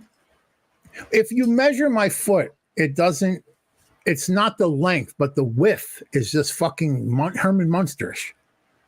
but these are nice and comfortable. But I'm still getting used to them, so I'm flopping around. You ever see when they put a booties on a dog or a cat? That's me. That's funny. But it was getting cold. You know that my floor. You see this fucking shitty floor? It's like a concrete garage floor. Oh, we can't see the floor. You've seen it before. It's nasty. Have we? Yeah. When I say we can't see the floor, I mean we can't gila floor. Even for Canadian. talking Oh my hockey. god. Yeah. Terrible. Did we want to wrap up with another list? Yeah. One more list, and let's. But before I say, John, so today I went to the cigar shop, and because the girl that works there, she's doing like a mural with all the bands. So I dropped the bands off, and I wanted to see if they had a certain pipe tobacco, and so she's talking to this guy, and the guy looks at me and goes, "Hey, do you remember me?" And I'm like, "You look real familiar." I'm like, "I used to smoke cigars with him like 4 years ago," and he was just like, "Dude, what the fuck is going on? Why are you so thin?" I was like, "What?" It was really funny because he like at first I didn't know what he was going with it, but then he was like, "You are just so ripped." I'm like, "Oh," because I'm lean right now. Like I'm wearing a 31 waist with a belt on 6. You know what I mean? When he was saying all that stuff, were you like, "Oh, stop! Oh, stop!" I'm like, don't exactly. That's what I You don't want to forwarded hear you me that sing email. like Benny Hill. Don't stop. Don't I forwarded stop. you Don't the email stop. for the Down Don't East stop. roast coffee thing. Oh, okay, good. Yeah, good. Go ahead. I'm sorry. No, I was gonna say I just finished it, but I actually went and had a cup of coffee at Jimmy's, the place that turned me on to it today. I got three Go on the on. list that I emailed to myself. I got the 20 best rock anthems of the 60s, the 20 beautiful, most depressing songs of all time, and the Let's best do that one. American rock bands of all time. Do depression. Ooh. Depression. Depression. Oh, depression, really? Okay. Yeah. You know why? Because Kansas wouldn't be on that fucking list, and then I'm just gonna get irate. But Kansas hey, is underrated, folks. listen, keep in So mind, you. I got no work tomorrow, so if you want to do both lists, fuck it. All right. All right. Yeah, I'm Okay. Let's go into the most depressing songs of all time. Clicking the link. All right. You say the artist, we'll guess the song. All right. The first artist listed is Amy Winehouse. Something about heroin. Rehab. No. Well, who cares about Amy Winehouse? All right. Like, I'm telling you, some of these songs are stupid. All right. Back to Black. Not Yeah, Back wonderful. in Black. Don't All know right. it. The next artist is the Arctic Monkeys. Oh God, this Skip. is gonna be a hipster doofus. Heard of them, but I don't know any of their songs. Neither do I. It's Love is a Laser Quest. oh yeah, that's so depressing. Oh yeah. Go on. yeah. Next artist is Frank Ocean. What Billy is that, Ocean's Billy's brother? Swim Yeah. Good. There you go. The All swim right. well is we got proper, the but okay. Beatles. We got the Beatles. Okay, Beatles depressing song. Oh, Yesterday. Don't bring me down. It's not Don't yesterday. bring me. No, it's not. But yesterday would be a good one. I would agree with you It's on going to that be one. in my life. No, No, it's a Um, day in the life. no. I don't know. What is it? What the Eleanor hell is it? Rigby. Oh, yeah. I've never gotten depressed listening to Eleanor Rigby. Rigby tells the hauntingly beautiful story of loneliness and despair. The poignant tale of Eleanor, who faces an isolated existence, reflects the universal human experience. I had nothing to do with Rigby. I think that was George and Paul. On drugs. The next group on the list is Radiohead. Christ. Oh, good. High Creep. and dry. No, The only Street thing Spirit. I depressing don't even know about that listening one. to Radiohead for me is that I'm stuck listening to Radiohead. Right. Karma All right. Police. I like that song. The next group on the list is Blur. Wow. I know Really? some stuff from them, but I don't know. Go ahead. It's called "This Is a Low." The next Yeah. group on the list is The Cure. Ooh. He lit At right least up. I know. Well, I know Yeah. their whole catalog, so let me try to think of what it would be. You celebrate their whole catalog. I do celebrate their whole catalog. Depressing could be Greatest Lullaby. fucking It movie could ever be- made. You got a That's a good one. fever, and the only cure is the cure. Do I say it? Or are you done guessing, or do I say it? What album is it on? Does it say the Oh year? fuck! Let me find the album. It doesn't even mention the album. Let me find that for you. It doesn't say the year? No, All right, just say it then. it's Pictures of You. Oh, Disintegration. Okay, same album, Disintegration. That's where I was. I think Fascinate. Oh, Forrest is all these songs, you guys. All right. The next group on the list is another group we all know. It's Pink Floyd. Oh, Heard of God. them. Mother or Hey You? Let me see. No. Comfortably Numb. No. That's a good one. There's a lot depressing. The Final Cut's depressing. Yeah. The Fletcher Memorial Home. No, the song The Final Cut. How I wish. What is it, Joe? How I wish you were here. Yeah. It's not the saddest. I've never gotten sad listening to that song either. No, not at all. The next group is called the Flaming Lips. Yeah. Skip. Do you realize Nick Drake, I know who that is. Pink Moon, Alex Turner, Pile Driver Waltz? Okay, the Velvet Underground. Oh Christ! Fuck God, off yeah, with these that's the thing. bands. Who the hell make this Heroin. list? Douchebag Heroin. McGee? No, It's not heroin. no. I don't think Heroin is a song by them. I think that's It Lou is. Reed's solo. Oh, that's Lou Reed. I thought that It's was... called Candy Says. Oh yeah, that one. The next group on the list I've never heard of. They're called The National. Nope. The song is called Sorrow. I've never heard of this person. Elliott Smith. Yeah, I he's a have. depressing. He's a bald he's like guy. the king of the emos. Okay. Are we guessing the song or no? No, I have no Yeah. idea. All right. what A song. Needle in the Hay. The next one is called Grizzly Bear. Never heard of him.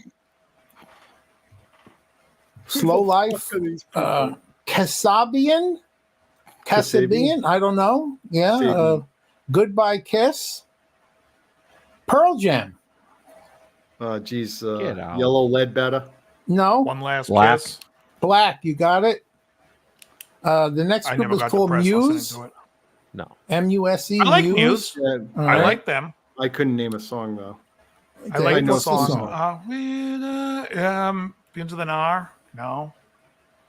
What's it? What is it? What is it? I don't know what they have. It's called depressing song is. Unintended. No. Don't know. The next group is Florence and the Machine. This Which is like I've the heard of. list of New bands one. that depress me because they're Yeah. horrible. This is the most the song- depressing list. The song is called Shake It Up, but the funny thing is they got a picture of her and she's got this beautiful smile on her face. So that's a little. All right. Next on the list is Bruce Springsteen. The River. Bruce Yes. Springsteen. It, The it was the River? River. God, I think Stolen Car is Down to- depressing. And on. the song, that's it. Thank God. That's it for that Oh, list. That And the list is song- terrible. I'm This- surprised. Go ahead. I'm surprised that I said this before the whole list that Nirvana, Something in the Way, isn't on there. That is like one of the most depressing songs they ever wrote. But like every other song on that list, I've never heard it. Now, the song list that was I down- was referring Never to mind. from when I was a child, stuck in the back seat of my father's Cadillac, was the song called Seasons in the Sun. Terry Jacks. Oh, fuck me. Goodbye, Yeah, Michelle. Let's It's name some hard that to weren't on the die. list. Yeah, I'm like 6 years old, biting my I'm lip, with you, trying man. not to fucking sob. Yeah, when I was a kid, that was like the most depressing song ever when I was a kid. And it's But as an probably the adult, the first most sad song I ever heard. Yeah. Yeah. We Yeah, well, had joy, we had had fun, fun, we had. Seasons in the sixth grade. My Sun. girlfriend Holly left me for my friend Corey Kevin. Chase That just song. got stuck. Dance. Watch that guy. He's gonna fuck. Goodbye, Corey Chase. It's hard to die. Let me just say this: the saddest song of all time is well, there's a few, but definitely Gilbert O'Sullivan's "Alone Again Naturally." Mm. Well, saddest song of all time is "Lick My Love Pump." Oh, jeez. Oh, What? well, Because it's that's D in the minor. key of D minor. Yeah. Saddest of all keys. Yeah, that's walking. True. All right, that was a shit list. So we want to Yeah, try rotten. Let's best try American something to rock pick it up. bands of all time. Dave, we'll wrap it with that.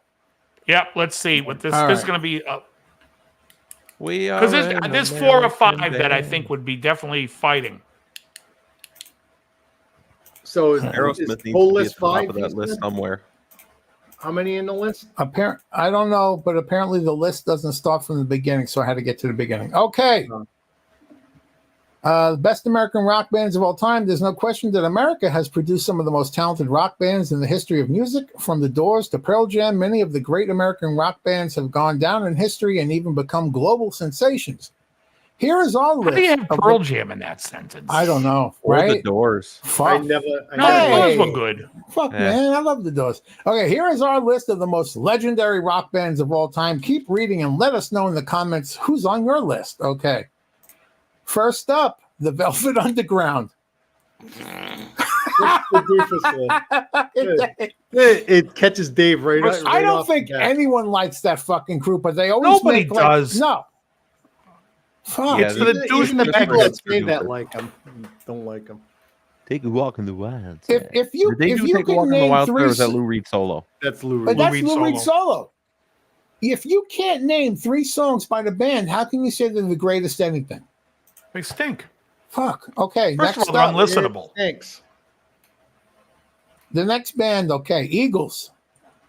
They're a great band. That's the 19th number one, 19th They greatest. don't, rock- no, they don't have them listed by number. Okay. Eagles, I accept that as an answer. Okay. Right after the Eagles, Pearl Jam. They weren't even Okay. the best band on the They had kind of one good And album.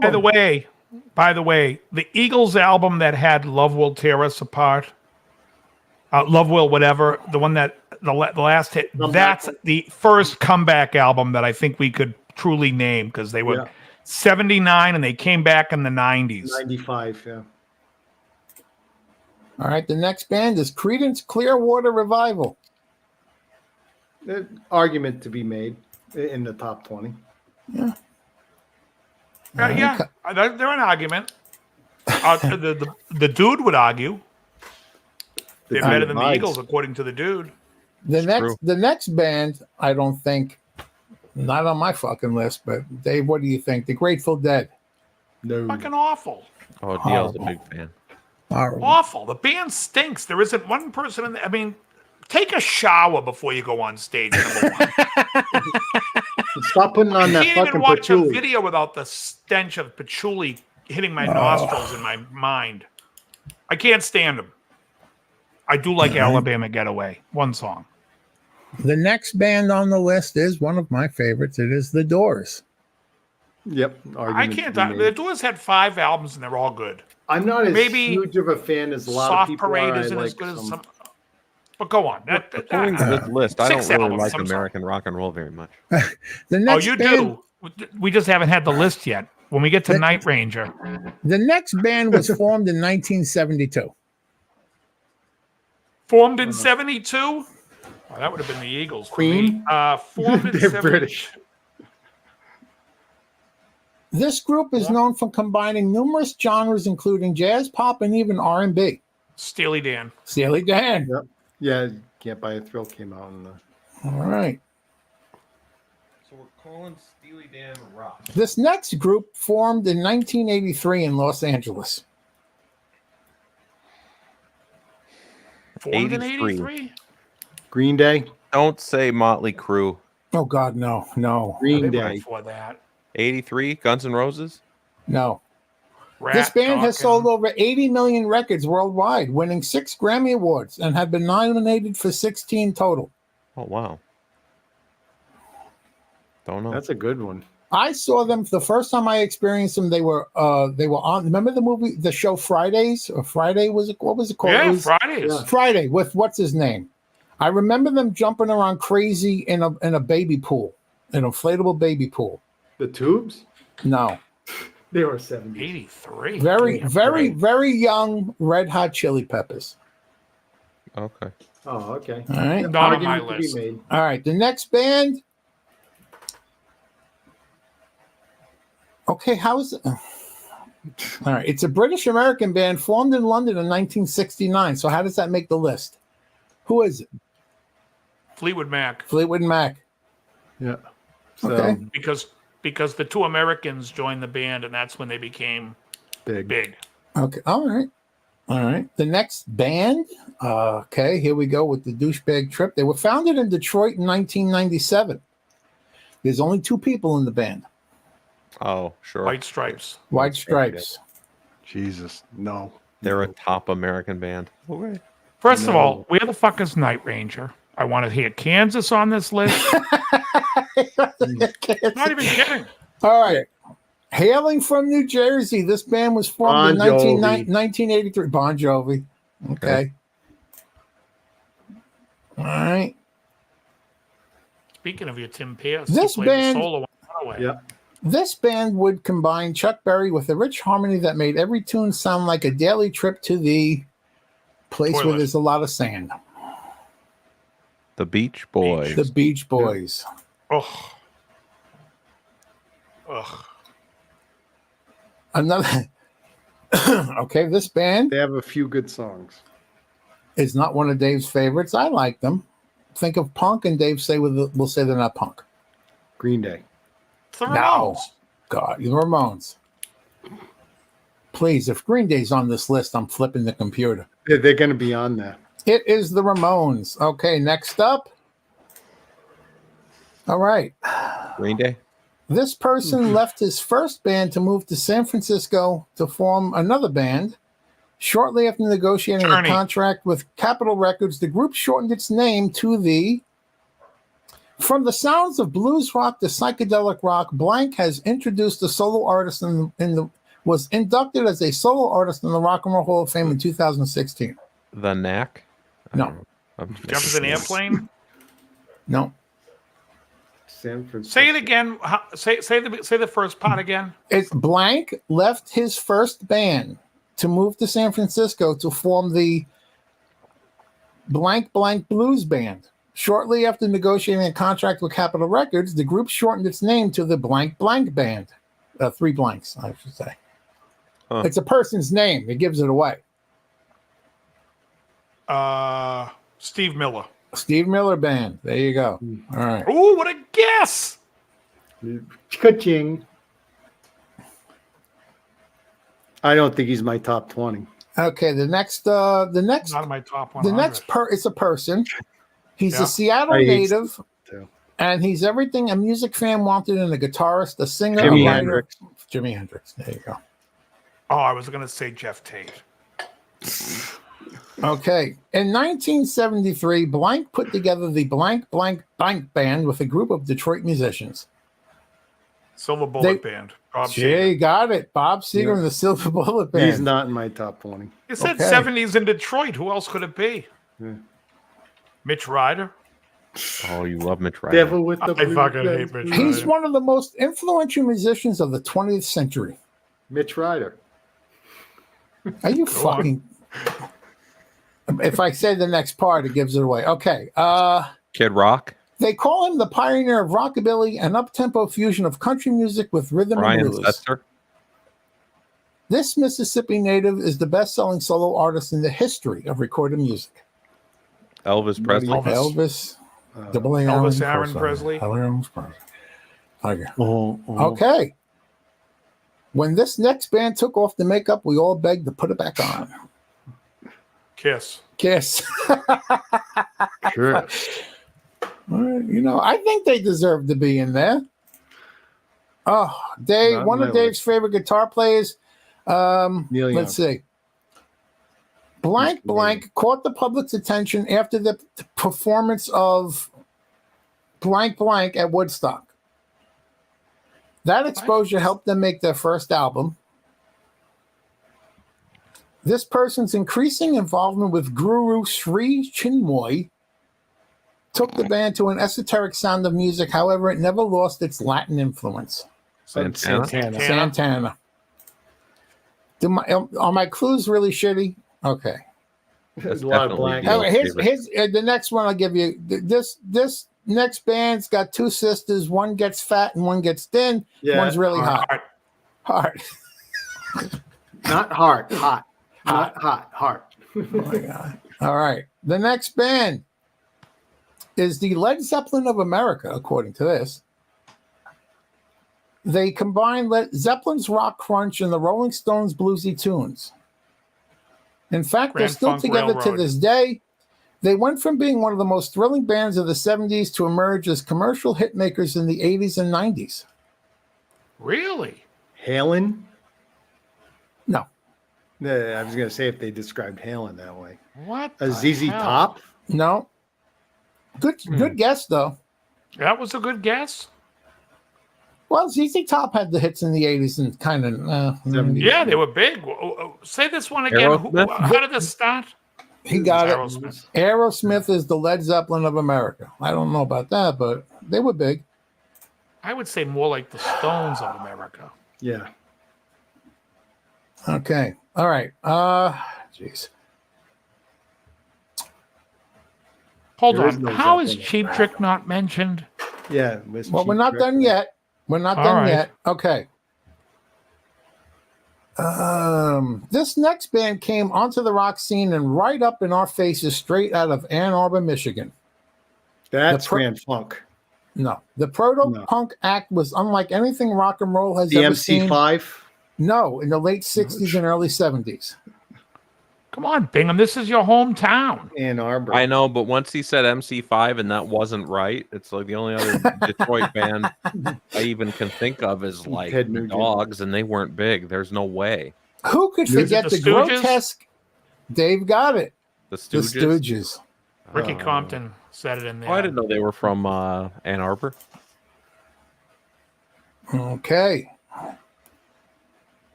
No American band defines grunge better than Nirvana. Nirvana.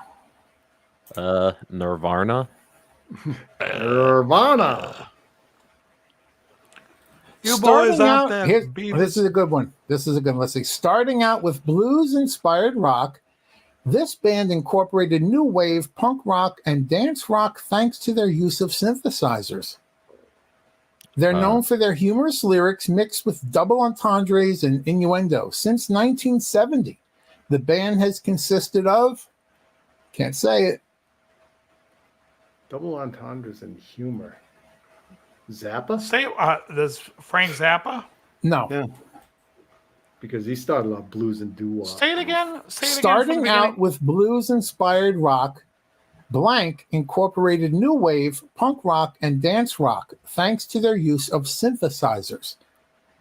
This group is known for their humorous lyrics mixed with double entendres and innuendo. Since Snarks? 1970, the Snarks? band has consisted of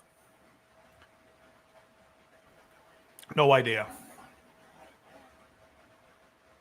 Sparks. Go for it. ZZ Top. Us. ZZ Top. What was the That clue was- again? That was ZZ That Top. was terrible. Easy Top. Heavy use Terrible. of- I didn't make up the clue. I'm reading Well, what they this- were the moving sidewalk, so maybe they were kind of edgy. Oh. All right, next on the list. This band entered the rock as a punk band in the late 70s, but after adopting their new wave sound, they went on to become one of the most critically acclaimed bands of the 80s, according to critic Stephen Thomas Erlewine. He's a douche. Blank Roxy and Music. Blank were art students who started as the Artistics in the Talking early Heads. 70s. Talking Yep. Heads. Talking Heads. All right. And we got Paint by Numbers for $30.99. Talking Okay. Heads are overrated. They have some good songs, but those, overrated. This rock outfit was right out of San Jose, California. So-and-so Montreal. led the band from 70 to 75 until so-and-so took over and thusly changed the band's sound with Starship influences or of soul. Jefferson Starship, Jefferson They- Airplane. No, they eventually broke up in 1982. Montrose. No. Dave used to play a clip of a character dancing that was somehow related to this band. It's the Doobie Brothers. Yeah. Fucking rerun, bootlegging the concert. Oh my And God. when they did a comeback album with Music is the Doctor. That was a comeback album. The band broke up. They broke up in 82. Then they had a comeback. Fucking Back in Black. Give me a... Oh my gosh. This next band hail from Florida, but they certainly don't dress like it. It didn't matter though. These Leonard guys Skinner. just knew how to rock. No. Leonard Skinner. Petty and the Heartbreakers. Oh. Tom Petty? Petty and the Heartbreakers. Dave got it. All right. Let's see. Over the course of their career, this group sold more than 75 million records worldwide and 31 million in the United States, with 17 million of the sales coming from their debut album. After their inception in Boston. Yep. Hey, happy Thanksgiving, Cold Roses. Oh yeah, Hugh Caldwell. I love the Hey Momo album. That's one of my favorite records. It's better than anything they've done as a band. Maybe Remain in Light is a good album by them. That whole album I love. I'm sorry. Go ahead. Oh, go ahead. The only hint I can give from this next one is it's a Southern rock band. Skinner. Yes. Who also hail from Florida. All right. Let's see. What'd you say? They hail from Florida? Jacksonville. They came from Jacksonville. I thought they were. Are they really? Mm-hmm. Why did I think they were from Alabama?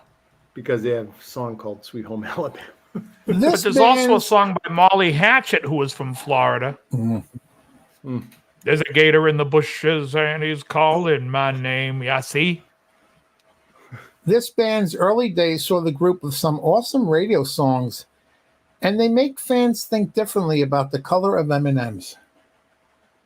Van Halen. Van Halen. Van Halen, no brown M&Ms. Yeah, I don't know if David Byrne was an actor. I don't think so. I think he was in school and they came out in what, 77? Okay. Yeah, somewhere around there. This band was formed in San Francisco in 1973. Journey. Journey. All right. Yeah. And all right. Credited with pioneering the genre of psychedelic rock, Blank was formed in 1965 in San Francisco. Jefferson's Airplane. Yes. Yep. I almost said Vinnie Vincent Invasion, but then I said, nah, I think. Hilarious. Why is Grace Slick wearing a pantsuit? Oh man. This band was a folk rock supergroup originally made up of Crosby, Stills, Nash. and Young. yeah. Okay. Anyone who's seen their over the top 3-hour shows would be hard pressed to say they didn't have a good time. Springsteen. Yep. And the E Street. E Street Band. Okay.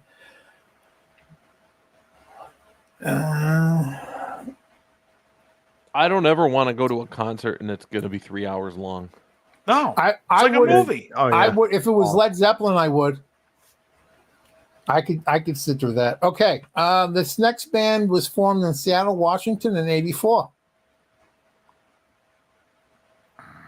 That's a, Queen's Soundgarden. Soundgarden. you know something? Queensryche would be a good joke, guess. by the way. But I mean, Well, that- Queensryche's first album was 84. Their EP was 83. Yeah. So Hayes had a good guess. Coming into the music scene in Because Los nobody- Angeles in 1964, this band had numerous lineup changes throughout their career. However, the lead singer remained in the band as the only original member until they broke up in '73. 73. Read that clue again. This is an old band. It's an old band. Coming into the music scene in Los Angeles in '64, this band had numerous lineup changes throughout their career. The lead singer remained in the band as the only original member until they broke up in '73. Grassroots. No, while they were slightly overshadowed by their contemporaries such as the Beatles, Rolling Stones, and the Beach Boys, today they are regarded as being equally as influential. While the group began as a folk rock band, over time they transitioned to have a more psychedelic sound. The I think Animals? Alfie's right. The Association. No, The No. Animals? No. Final Tap. no, Turtles. close. It's an animal, kind of. The Ocelots? The Birds. Oh. They're fucking horrible. Well, Dave, like the one of Dave's favorites. I'll give you this one right now. Born in 1926, American singer-songwriter, and largely regarded as one of the original pioneers of rock and roll. Oh, sure. Chuck Berry. Robert David Johnson. No, he'd be too young. Chuck Berry. And let's see. Okay, no, still going. Active from 1966 to 1968. Oh God, Uh, Janis Joplin. No, the she band died. combined folk, country, rock, and psychedelic music to create a distinctive sound that is described as helping to forward the folk rock genre. Country Due to Joe a and the Fish. arrest and lineup changes, the band broke up in 68, with musicians going on to either create or join new bands and projects. In 1997, they were inducted into the Rock and Roll Hall of Fame. Buffalo 2 years. Springfield. Dave got it. Wow. I think we got one more band on the list, and that's it. So you're not getting First of all, Cheap Trick. Buffalo You're not- Springfield had what's his face in it? Neil Young and Steven Stills. Yeah, they mentioned that, but I couldn't say it without giving it away. Right. Feels like Yeah. a hipster doofus list for sure. It is. Oh, 100%. Okay, this There's no band, Night Ranger on here. I'm pissed. There's no Kansas. no Kansas or Night Ranger. Yeah. Well, Kansas they- really belongs. I mean, Night Ranger had 4 great records. This band is the sound of Southern rock. They provided fans with a 2-guitar attack with one Allman of the most Brothers. Allman Brothers. Allman Brothers band. Okay, now the And omission. that is the end of that list. So there's no Kansas. There's no There's no Foreigner. Cheap Trick. Molly Who the Hatchet. fuck was Foreigner? No. Well, Foreign is all British except for the singer. okay. That's right. That's right. What about Toto? Isn't Toto all American? Yeah, they're all California. Well, dudes. they let Fleetwood Mac get in there.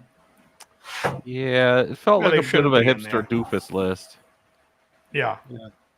Pearl I Jam don't- is on yeah, that list. How is No Pearl Jam Slayer. on that list? How Yeah. is Cheap Trick not on that list? I know, Right? right? You can Pearl- say Cheap Trick is better than Pearl Jam. Kansas is better than Pearl Jam. I can't name a single song by Buffalo Alice Springsteen, in but Chains is better than They Pearl did that. Jam. Is something Every band's better than happening? Yeah, for what it's all right, worth, that's you a know, great. Joe. That's a Stop, historic children, song. what's that sound? I'll take Smashing Pumpkins over Pearl Jam. And they also had a great song called Yeah. Rock and Roll Woman. Ba, da, da, da, Yeah, da, that's da, their ra, best ba, song. ba. The, There's a uh, woman. Yeah, Pearl Mr. Jam is not even Soul. close to the I- top of the list of the Seattle bands. Not I even close.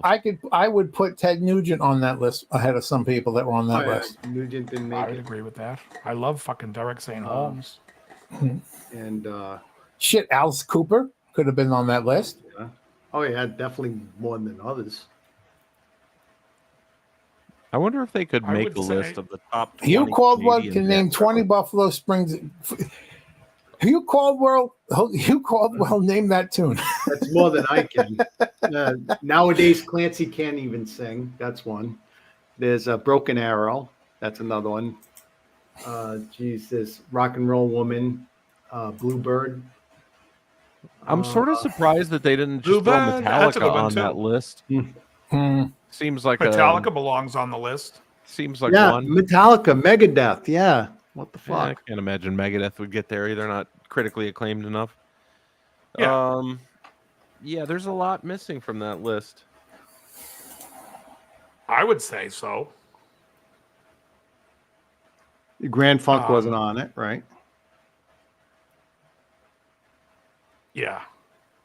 Well, Whitfield St. Holmes. I love Derek St. Holmes. Steely Dan's on the list. Do we really think of Steely Dan as rock and roll? Well, I think they're rock. I don't think they're jazz, but I also don't think they're a band. I mean, it's two guys, and they just hired out everybody on after the first 2 records. now this Alfie you think- Cesario, Speedwagon. Do you Hey, think they Donald belong on Fagen there has an before a lot of honorary others. black Hey, card? what about Blue Oyster Cult? Yeah, them too. Are they from New York? I don't know. Yeah, that's already too many bands from New York. No, they're from Yeah, Long fuck Island. No, they are. But the Oh. Cars, I was just gonna Cars? say the Cars. Friggin', The you said Cars? New York. I go, well, what about Boston? And I go, the Cars. What the fuck? I would say Jay Giles, but I wouldn't because I don't think they're good. There's 2 albums I like by Jay Giles: Sanctuary and Love Stinks. Everything There's- else you could throw in a furnace. I got 2 lists that we got to save for one night because I'm going to do one list while Krellbar does the other list simultaneously. Because listen to this. I was looking at it at work, and the one list is called ranking the best rock bands in history. And then I found right after that list, before that list, I was reading music's most overrated bands. And as I'm reading both lists, I'm thinking, these are like the same fucking bands, and the list is made by the same guy. Right. So we got to do that. Like, we got to do that one night where I'm reading one at the same time. Yeah. Krell's reading the other. Exactly. It's like, what the, make up your fucking mind. But here's a list I know just from the title Dave would like. Classic Rock's 20 Worst Mistakes.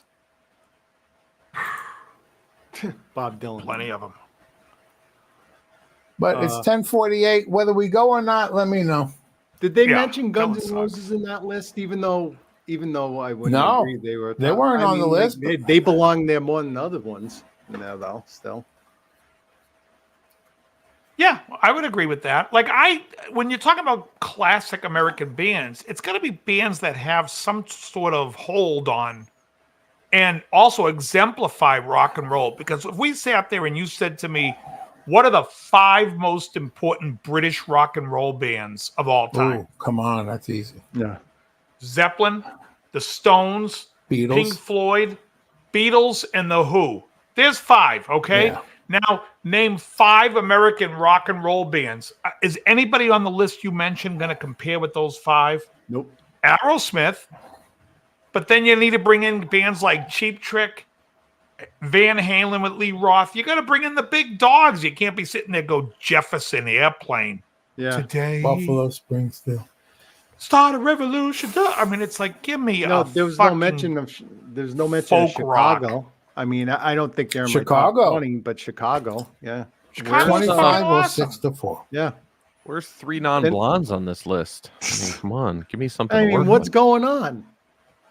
I think these lists. The thing that I'm annoyed by is most of the time it's like this haphazard mixing of like an early band that was around for 2 years. They had one mega hit, and they live off that mega hit, and they're considered influential. And then you got a bunch of other bands on the list who are haphazardly, they got 50-year-long careers, but they haven't produced any shit that's worth anything.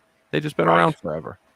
It just seems like it's all hipster doofus. Yeah, but then there's bands that No. suck from the get-go that people keep making fucking noise about, like Velvet Underground. Nobody's Yeah. making noise about that except for these critical rock writers. But that's what I'm saying. There's These no one on assholes, earth yeah. that listens to that crap. Cocteau Twins, But why wasn't Blue Nile, Zappa Hugh, and the Mothers of Invention in the Nazareth. He could have been. yeah? How many records did the Velvet Underground sell? Let's do an Sure. RIAA Oh, Velvet Underground I'll- search. I'll take You a do look. that. Do that search. You'd be quicker at it than me. Hold gonna on, do look it that. up. I'm going to hit the head real quick. 1 second. Oh, Who you someone said giving head? Styx. Sticks is good. Yeah, Sticks. Styx Wait and a minute. REO Did they say- Speedwagon would definitely be on the list that's compiled at Fire Island. Did they say Tommy Shaw Sticks or the other one?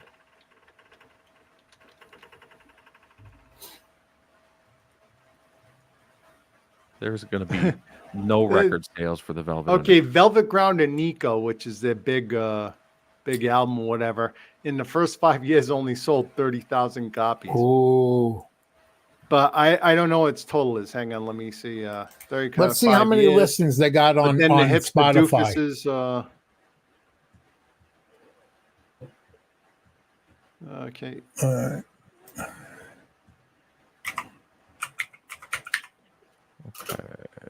This is Oh, and I was right. Heroin is a friggin' Velvet Underground song. It's on this album. I don't want a cookie for that, but Wow. I can't believe some of these songs have this many listens. Sunday Morning has 121,117,674 plays. well, Sunday Morning it actually isn't that bad of a song, but it's sung out of tune. The other song that has more than that is Pale Blue Eyes. My friend Tom used to love Velvet Underground, so I know a few songs from him, but Velvet Underground has sold nothing. they've sold nothing. Yeah, it's like Sold 30,000. Yeah. They've got one platinum record in their whole history.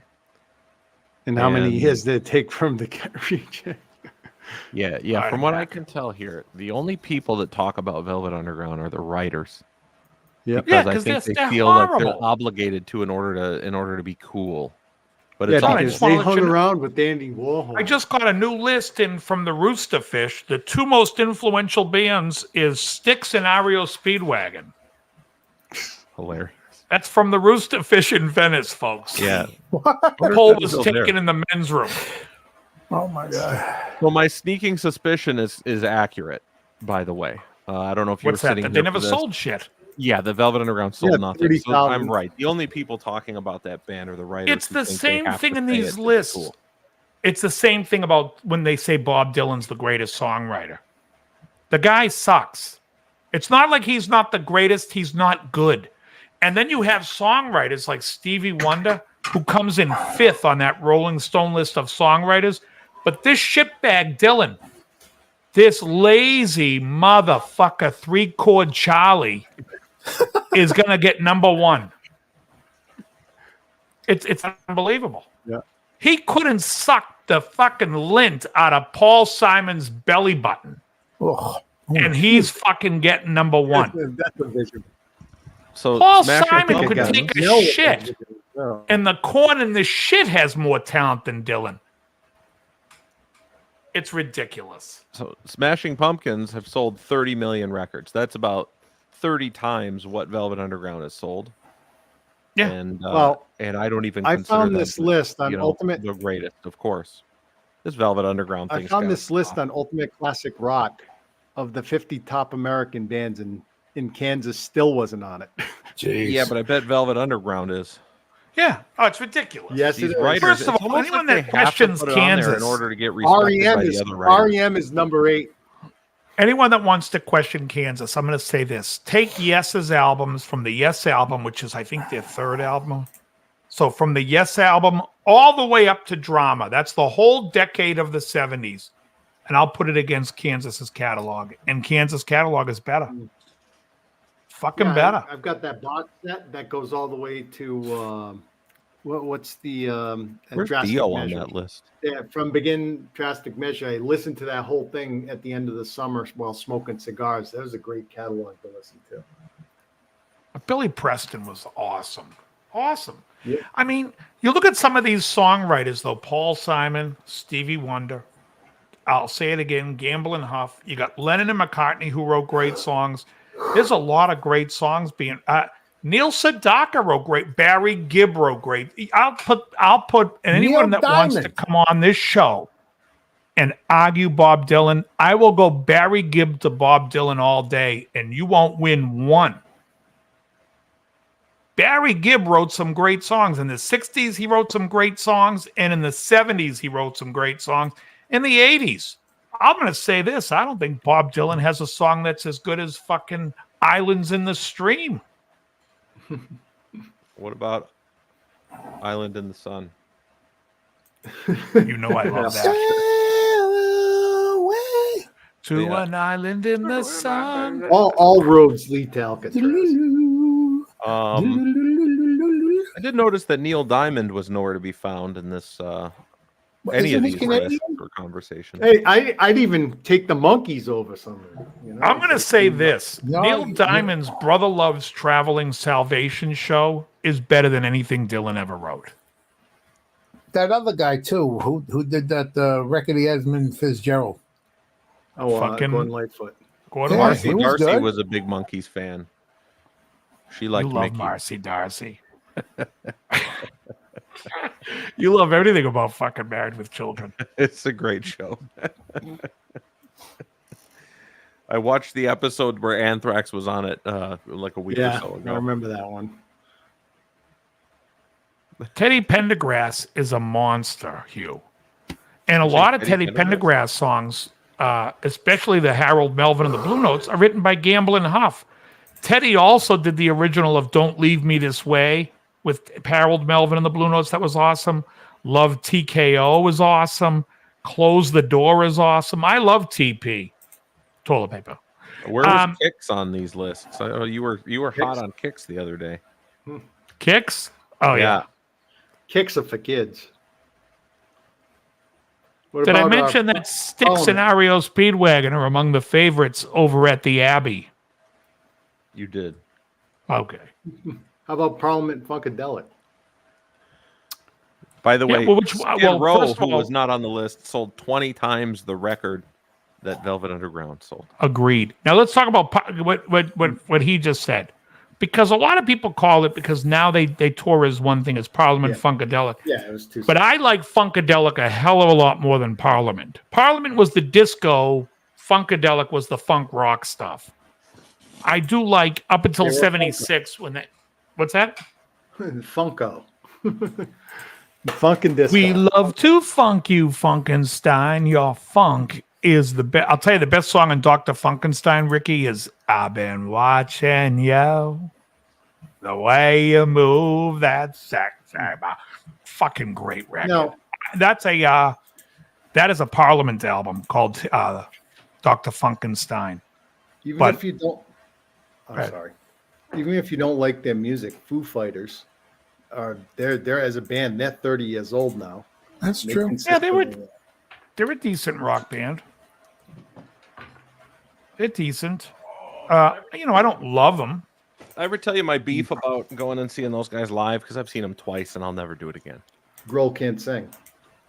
No, they do the Springsteen thing, and it drives me crazy. 3 hours. Well, it's a 3-hour show, and then they feel like it's incumbent upon them to milk every song. So every song goes down into, look at me, I'm a mega rock star. I'm going to bring it all the way down, and then I'm going to build it all the way back up again. It's not like the records. It's like they just do it because that's like the Springsteen thing. It's And dynamic. it's so annoying because they do it every song, and it's like you got to listen to all that shit, and you're just over it by song 7 or 8. Yeah, I couldn't. I strained to listen to 1 hour of the Foo Fighters. It's the most. It's arguably one of the more overrated bands of the last 20, 30 years. Well, the thing is, Oh, if I you agree. take the catalog and then just streamline it down, all their hits that they had or whatever, you streamline it down to one little greatest hits overall thing, it'd probably be really good. But They've got a couple of tunes that I genuinely really like. They're really good, but it's I not like more than Wire. a handful. It's Yeah, a real what song. was Pretend is great. The Pretender. That's the best. Well, Agreed. yeah, that's a good one. What was the one that came out in like 2011? Was it called Wire or something? It had this cool time change. Yeah, I know what you're talking about. Sounds like it's singing New Year's Day by U2. Right, yeah. All is quiet on New Year's Day. That's a good song.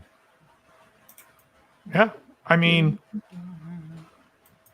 you could almost say that U2 made a comeback, but not really because they stink. Don't call it a comeback. They've been here the whole time. Dave, you ever go wireless in your shows? No. I used to have a wireless system. I do know what did wireless with it. every time I It's- play live. It was You Rope. do? Rope Yeah. was the one I was trying to think of. Yeah. I use I have use a- this I- one. I've got this Shure GLX 16. It's a pedal board one, and I've used this for probably 30, 40 shows. Never dropped out once, not once. Yeah, I have a system somewhere. Hugh Caldwell, Mark King is an effing monster. He is amazing. Alfie mentioned Collective Soul, and don't we have No. a thing about Collective Soul where we're not allowed to bring them up on here? No, I'm kidding. Oh yeah. Okay, I'm banning them. What was the other band that's just Candlebox? I can't tell the difference between either band. I don't know the difference, I should say, and I don't want to know the difference. So somebody don't tell me what they are. Well, because- Well, They're the I same have to band say to one me. difference. I know, but I mean, one. no, I don't band want to song know. is a I'm tune. saying Candlebox didn't have what nearly part of the I don't amount want to of know hits. is what Candlebox didn't have as many hits. Not even close. They had like 2. did They had collect- that one song Yeah, that was how many like, did now Collective Soul have? maybe. That was one, and then they had another one that was also not big. I think What band you Candlebox. talking about? Collective Soul? Candlebox. Oh, who did the Collective- song? Yeah, you. Gang, is that Candlebox? Song called "You." Yeah, probably. that's Candlebox. That's not Collective Soul. Oh, only Right. you. What was For Collective you, Soul? The one, That the was, biggest one that they Shine. had was that. Whoa, gotta let Shine. the light shine down. Oh, yes. Yeah. I always think of Collective Soul when I hear the name. I think of the band that did Gonna Down on a Runaway Train. Who was that? No, was that's Soul Soul Asylum. Asylum. Oh, that's what I always think of. And that band turns my stomach. They were from Minneapolis, I think. I'm gonna push you around. No, that's Master No, Sway. that's- They Yeah. had some other song about pushing you. I don't know. Now, Collective Soul, I think, was more of a pop band, and Candlebox was trying to be a grunge band, but they just didn't have any balls. Right. So Who they didn't did? last? Turn your head and there and just pick me Ooh, out. that sounds like Oh, that's Collective Soul. Stone Temple Pilots, isn't it? No, it's Oh, Collective Soul. don't worry I know, about. it's not- Don't Oh, worry yeah, about. Collective Turn your Soul. head. Oh, Days of the New. I love that song. Torch Peeled and whatever. You know that song? It goes, "Well, I finally found the reason you were there. That's yeah, a great okay. tune, Ricky. I don't know. The only one I got know Peeled of and- those guys my is hands. Yeah, that's it. Yeah, I can't remember the. it's too much of the Jarl. Oh yeah, but it was early '90s when that. Well, I mean, maybe What, late. Days I'll of get the the New? name of the song. Hang on. Yeah, late This is '90s. the new I thought was late 90s. Yeah, They late came- '90s. I was they working came at Gold's when it came out. Formed they in came at the 95. peak So, of yeah. the peak of the Jarl, as they call it in the vocal world. Which That's the worst, cameo? I think. You cameo? The cameosis cameo, or the cameo? She's so strange when it was just a 3-piece. The name of the song is "Touch, Peel, and Stand." That's a great song, though. Yeah. And then who did the song December? Is that Collective Soul? Yeah. Yep. And how did that one go again? Uh, Oh. What's the Yeah. hook, Krell? I'm thinking of the guitar. what's the one? And I walked you on high. I gotta listen to it. While the tears roll down. What's the world I know? What's Oh the yeah, I world remember that song. I Who did know? that one? That was Collective Soul also. Dude, those guys had probably in the 90s, they probably had a dozen hits, believe it or not. It's Yeah, crazy. they're the one can't that hear did this, can "Baby, you? Let Your Love Shine Down." Yeah. Oh, Yeah, it's like. Oh, you know what that is? The December. verses to That's the one that you were saying. Don't. Oh, that's December? That's the one. So yeah. the other one, "Let Your Light Shine," the verses are a ripoff of Kenny Rogers' Love will turn, "Will you, Turn You around. Around." When I Totally. first heard that, I don't even remember how the verses go. Verse goes like this. Because I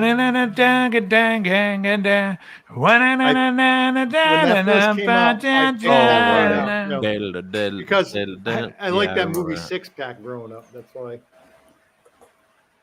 Down. I don't think it was a great movie, but it had a young Diane Lane in it, and anything she was in back then. It was a good What movie? by me. Six Pack. With Kenny Rogers, he played a race car driver. Didn't and- Diane Lane marry? Is it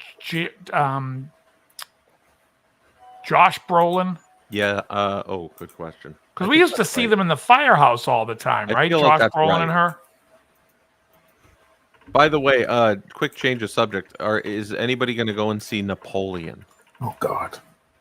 Who? I'm not. No, that's probably going to be like a 3-hour movie too, right? I'm think that totally movie's down. a I little can't wait. I'm going to go. Oh I'm my! very Wait, excited about it. I like Joaquin Phoenix, and I also like Ridley Scott. I think he's good. Oh, he's excellent. from Yeah. 2004. He made fucking 2000 Gladiator, and Gladiator looked beautiful. This movie's going to look amazing. But they said this movie turned out to be an unintentional comedy. They said, They said that about this. The yeah. only reason Joe's not going to go is because there's not a lot of guys in tights flying around. See, I likes just took Men in your whole tights. opinion and boiled it down to you like superhero movies. Napoleon. No. My apologies, it's just a joke. The last good Napoleon, I superhero put on my movie was short Infinity list. War. The last Diane good one Lane would have was been the married first to good two one. people. One was the first husband, one was the second husband. Second husband was Josh Brolin. That's what I The said. first one, the first one was also an actor, not a Mr. very Drummond prolific from Different actor. Strokes. No, it's Well, the all I'll say is, to the beat hey, just when she one Hey, picked him, RL's in there. when she picked him, there can only be one. Christopher Highlander. Lambert. Yeah, she was Ooh, married to Ricky Christopher Compton. Lambert. You're onto something. It's a good record. RL says she's in a great movie called The Big Town. I haven't seen that one. Hey, bud. What's up? You want to watch She is 58 years old now. She still hasn't hit 60 yet. I Neither think have he's I. is he a year or two younger than me? Who? What year was he born? Who? Josh Brolin. I think that's a good. I think he's our age, isn't he? No, I think he's a year younger than us. Doesn't that still qualify as your age?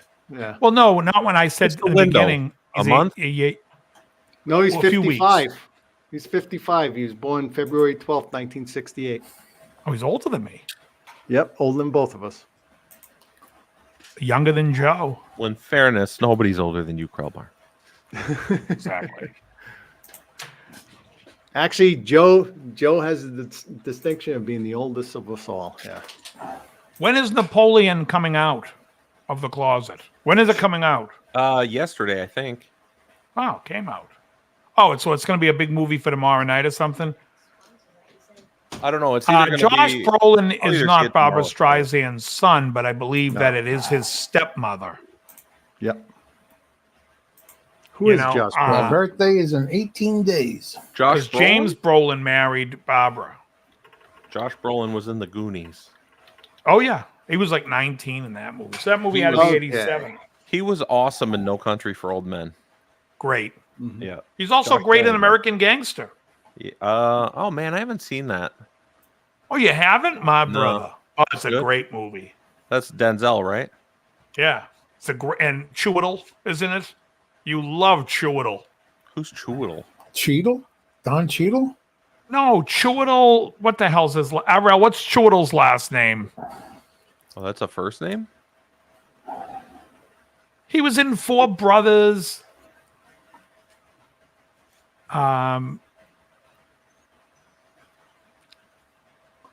How do you guys not know who I'm talking about? Sorry. He plays the brother in American Gangster. I thought Denzel played the brother in Oh, it. Idris Elba? Ed That's a great, Chiwetel that's a great Ejiofor. joke, by the Oh, way. What?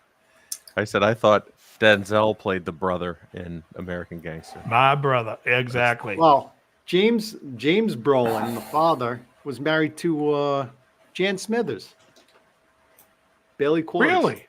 Yeah, and left her for friggin' Barbara Streisand. Babs. Christ. That Yeesh. leftist piece of shit. All right. I gotta Now, get skating. was I It's the 11:11. contrarian? Was I a contrarian for liking Bailey Quarters better than Lonnie Anderson's character? Maybe. It's like, What is this, rookie? 2 Animal Acts, RL? What is this, amateur hour?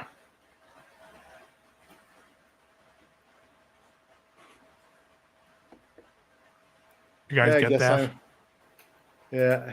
You guys ever see the Merv Griffin set episode of Seinfeld? Of course.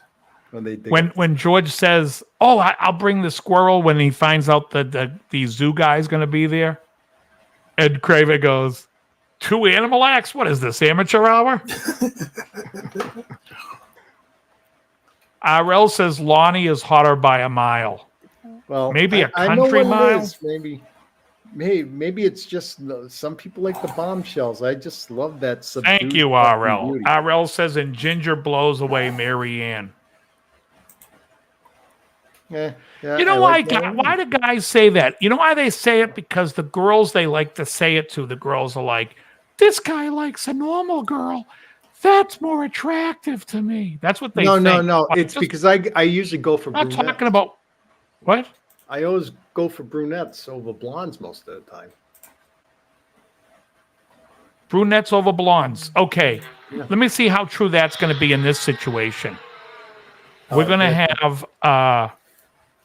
what's the girl's name? The comedian, the female comedian that Trump hates. Oh, fuck. Rosie O'Donnell. So you have Rosie O'Donnell on one side and Well, Corey Chase on the other. they have to be You human. you could They spend have the to be evening. human. You can spend the evening. I'm just saying how ridiculous it is. So Given comparable attractiveness, I take a brunette over a blonde. You know, well, if it depends one's on the considered person. I attractive and prefer stuff. brunettes over blondes Yeah, myself. I mean, but that's not the I point could I'm put a saying. blonde. Friggin', what about Bruce Valanche? He's a blonde. You take him over. All right, so Joyce you DeWitt. have to bang either Bruce Valanche or Rex Reed.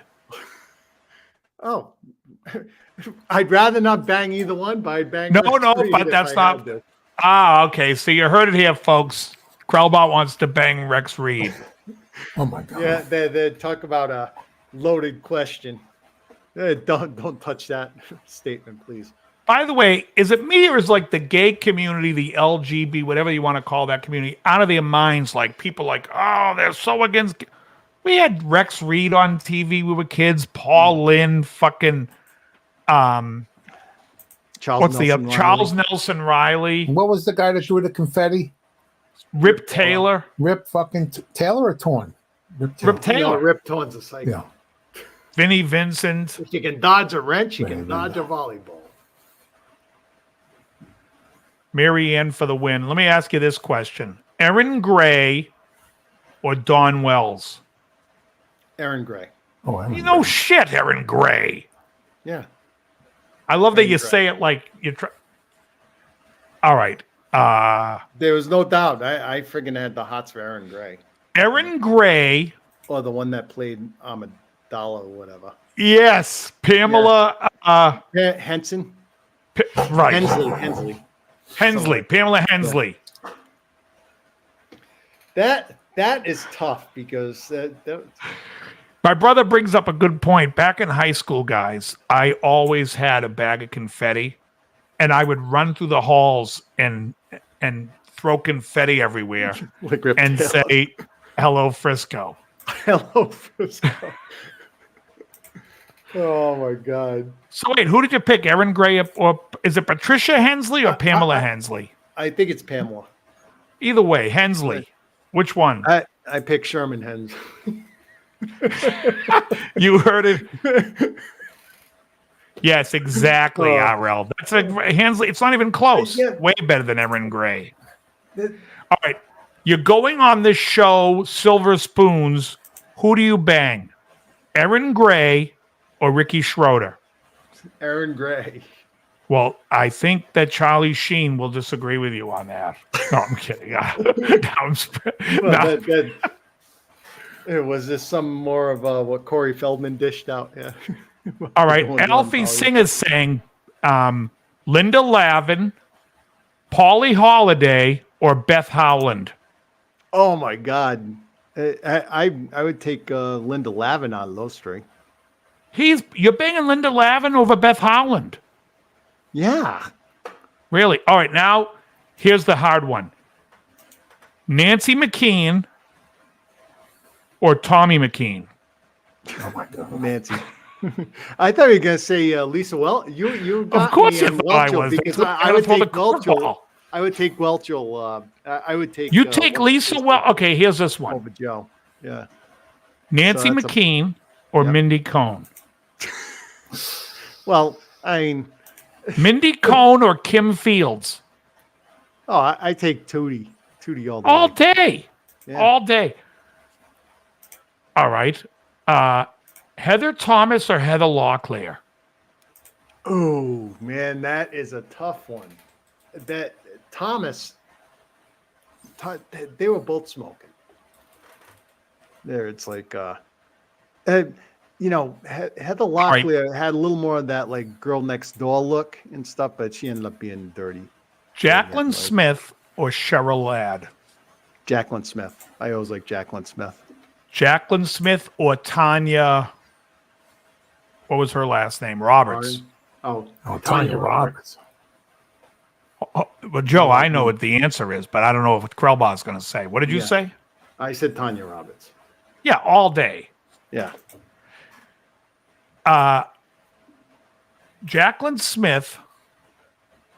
I can't even do the joke. I Or forget her Dr. husband's Smith. name. Or Dr. What's Smith. what's the husband's name? Park. No. The blonde dude who's in everything. Dennis something. Yeah, he always plays a stuck-up douchebag prick. He's the right? poor man's Gary Collins. yeah, I Joan know Collins he was or in Gary Zapped. Collins? You talk about the guy that was in Zapped with Willie Ames and. No, I'm talking about the guy that's in like every 70s show. Somebody tell me what the guy's name is that was married to Jacqueline Smith. I think it's Dennis something for some reason. He had Dennis blonde Cole. hair. Dennis Cole, yes. Dennis Cole. Exactly, RL. Ah, Dennis Cole's excellent. Poor man's Gary Collins. All right, here we go. Bailey Quarters, Yeah. Jan Smithers, or Marsha Strassman. This comes with a caveat, right? There's no caveat. I want one answer. You're on the stand. How I'm old? calling you a hostile At witness. what age? Because as Marsha Their Strassman prime. got older, by the time she did Honey, I Shrunk the Kids or whatever, I thought she became way more smoking than when she was younger. Jan Oh, Smithers got any way less you smoking, want so them. I would say I take Smithers, WKRP. All right. Well, Yeah. all this about Marsha Strassman, and you still went to Smithers. No, because I still as there are certain women that just look better as they got older. That I think Suzanne Summers looked good in her 40s and like early 50s before the plastic surgery. I thought she looked Okay, more attractive. Suzanne Summers in her prime, Mhm. or Cindy. What was her name? Oh, Jane Lee Harrison, In her prime, Jenny Lee Harrison, any All fucking right. day. but not the aged versions. That no. Jane Lee Harrison, when she Harrison got looks like a older. wreck. Yeah, she's a wreck. Right. But, All right, now Deborah Van I was Valkenburg Lydia Cornell. or Lydia Cornell. Lydia Cornell. Folks, I just want to show you the bullshit I finally called on Krellbach. Hey, It I didn't doesn't say matter it's what always hair a color brunette. they It have. tends towards brunettes. Oh, see, here it goes. Audra oddly Lindley, enough, there was a girl I liked in Audra Lindley, junior or high. Ann Wedgeworth. Who was Ann Wedgeworth again? Lana. Oh, Lana. Well, Lana over Audra Lindley any day. Lana Audra was a Lindley sex or bomb. Norman Fell. Well, Norman would make me laugh. By the way, either one of them will bang you. Or Mr. Roper or Mr. Furley. Oh, how good was Don Knotts? Terry Gibbs, no, Priscilla Bonds, or who was the woman he ended up with? The one he married and ended up doing a spinoff with. Linda Lav. Yeah, this Three's a Crowd with Yeah. Well, I never liked Priscilla Barnes. I can barely remember who Jack ended up with, but I can't answer until I see who. What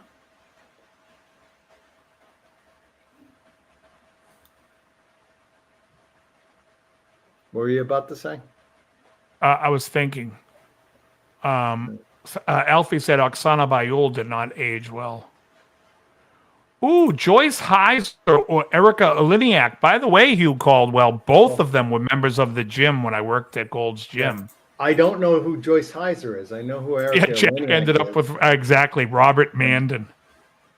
Adrian Barbeau or Maud. Adrian Barbeau. Well, you know who I'm going to say. Okay, here we go. This is a guy comes up to you and says, listen, I'm going to shoot you unless you bang one of these two women from this Oh, TV show. listen. And you have to bang one of them. There's no getting out. There's no saying neither. B. Arthur or Esther Roll. Oh my God. That's a tough.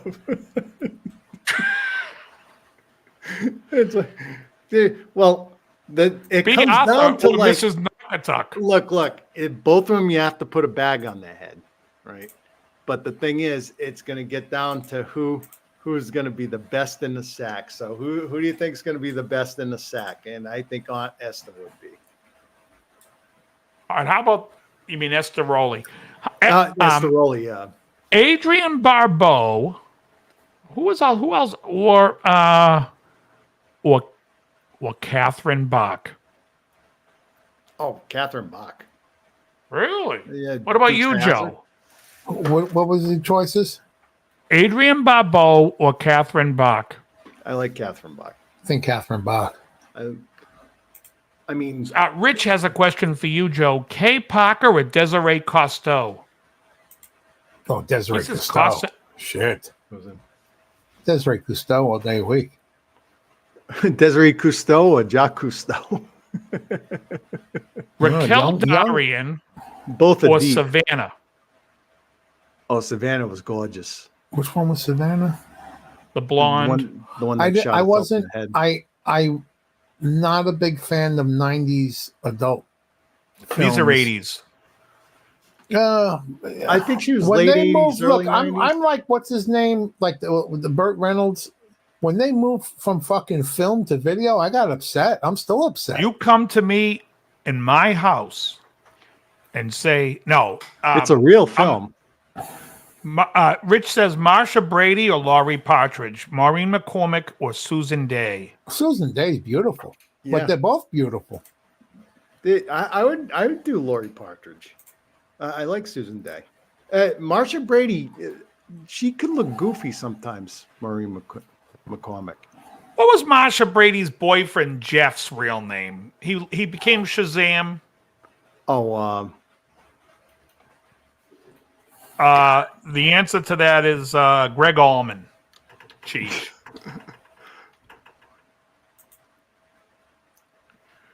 Yeah, I understand RL, but there's no way anyone telling me Savannah was better than Raquel Darian. Jackson Bostwick. Who? I'm trying. He became No, Shazam, the guy who played Jeff, just Michael something. And RL, how do Michael you not Gray? know that? Yeah, Michael Gray. Yes, Michael Gray. He Thank actually, you. You want to hear something funny? He actually liked a reply I put in one of his Oh, posts that today. guy. Okay, that's what he. Wow, that's what he looks like today. Yeah, he played Jeff on the Brady Bunch episode when they worked at Haskell's ice cream shop. In the okay. last, if you watch the last Shazam movie, Shazam: Fury of the Gods, he has a cameo and he's wearing Oh, the yeah, T-shirt hold on. that he wore in the old Shazam TV show. Billy The red Sheehan, with the- Cheech. Yep. Sorry, go ahead. Say it one more time. Oh, I was just telling Crow. Oh. Yeah, Cheech is asking who else Savannah dated. She also dated Billy Sheehan. Oh, Pauly Shore. Did they say? Pauly Shore. Who? She did. Savannah. Oh, did she date Pauly Shore? Yeah. I don't know.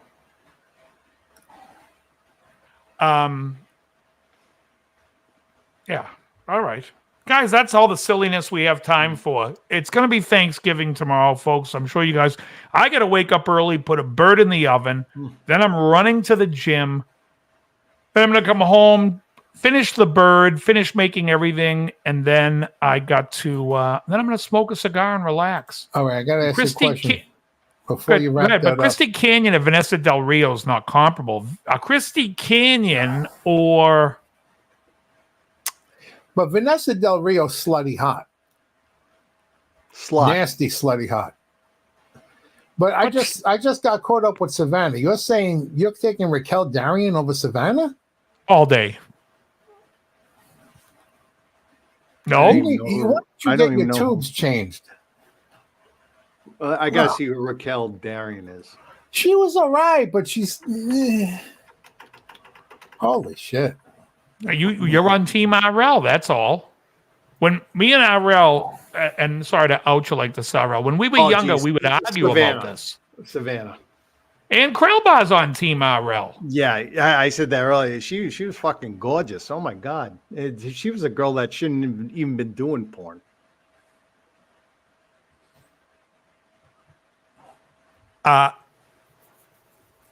Savannah in her prime, or Lisa Ann? Wasn't Savannah the one that got into the accident, broke her nose, Yes. saw it in the Yes. mirror, literally just took a gun and blew her fucking brains out? Yes. Oh, jeez. Don't bring back that period of my life. Oh, I'll still take Savannah. Lisa Ann's not all The that. corpse or the alive? Alfie finally coming through with a DLS question. Esther Raleigh or Seika? Oh, come on, Sega. One of the greatest movies, anytime, any place. Half the time- Hold on, let me Hey, just have give to you- break the let me news give to you the- Esther Roll. Let me give you the movie line from the movie. Half the Hold time on. they were fucking off, the other half they were fucking. Esther Roll, I just want to let you know, Joe wants to bang Seika over you. Damn, damn, damn!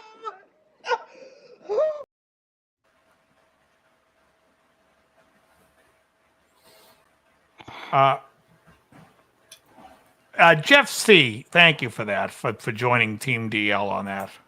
Let's not get a lot of people on Team RL. I'll never hear the end of it. I had to look up a lot of these people. I didn't know who Raquel Darrian was till I looked it up. Yeah. Okay, here we go. Yeah, Christy Canyon or Victoria Paris? I gotta look up Victoria Paris. I'm know going to go with Christy Victoria Cannon. Paris. I I was never a big Christy Canyon fan. Nobody was. Yeah, Victoria Paris. Really? didn't I know think who she Christy was. Canyon. Really? Victoria Paris, R.I.P. RL. Look at RL. He's gloating. Unfortunately, these were conversations RL and I had Yeah, in I'm seeing pretty hard 1984. pictures of her too. We'd be sitting at the dinner table, my father talking about the events of the day, Oh, no, I didn't know she was dead. and RL and I would be discussing who was hotter, Victoria Paris. Well, no, I'm kidding. It's a fucking good bit, though. 1989. Yeah, She you're probably died at right. 60 years old. Yeah. Okay. Jenna Jameson in her prime, which I'm going to say is on the Up and Comers Randy West video before she had any surgeries,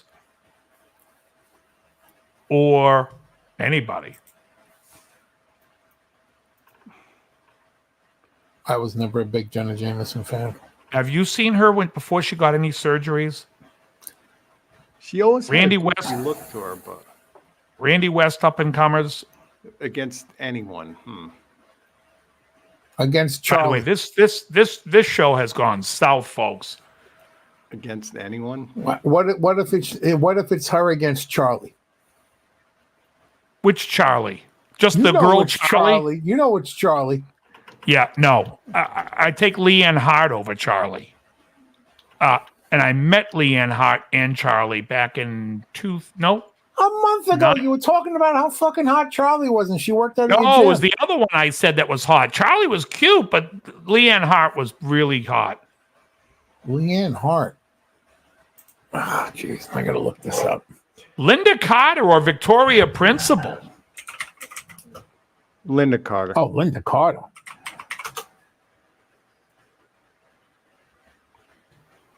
I don't know who Susan Hart is. Oh, I remember Susan Hart. You do? Of course I do. Linda Carter or who played Jamie Summers? Lindsay Wagner. Lindsay Wagner's awful. Linda Carter. Linda Carter. Lindsay Wagner or Linda Lavin? Lindsay Wagner. Come on, I wanna Lindsay see- Wagner's gorgeous. I just want to hear you guys say that. I was laughing when you said, "What? You wouldn't take Beth Howland?" It's like, Rip Taylor or Gail Gordon? oh God, from Lucy Show. Mrs. Carmichael. All right. I'm going to end the show with the ultimate one. I'm going to ask you and Krell and everyone in the chat. Oh, pulled that out Danny of the deck. DeVito or Rhea Perlman? You got to do one of your dead. Can I sing Rainbow in the Dark while banging Rhea Perlman? Yes, you can. Then it's a no. Then it's I a don't- no-brainer. As long as I don't have to be a holy diver. Oh my God. It's 11:33. Oh yeah, we went before long, go, just folks. one I thing still have a wanna cigar say- to smoke, and then I got to get up early to put Everybody the bird in. have Just a one thing I wanna happy, say. healthy, and blessed Thanksgiving. Yeah, Don't happy choke to Thanksgiving. death. I've Relax. been awake, everyone, since friggin' Tuesday morning. I haven't had any sleep last night. I'm Hey, I surprised had made 3 it this days late. I had 3 days of work. Everyone fucking took this week off. I was at one point I said to my friend, am I the only one answering fucking phones? Right? All right. Good show, everyone. Yeah, have a good sleep. We'll be All right, back everyone, with have a more great lists. holiday, and eat. Have a good Black Friday. Have a good spendy Cyber Monday, and be well, everyone. Very There you good. go.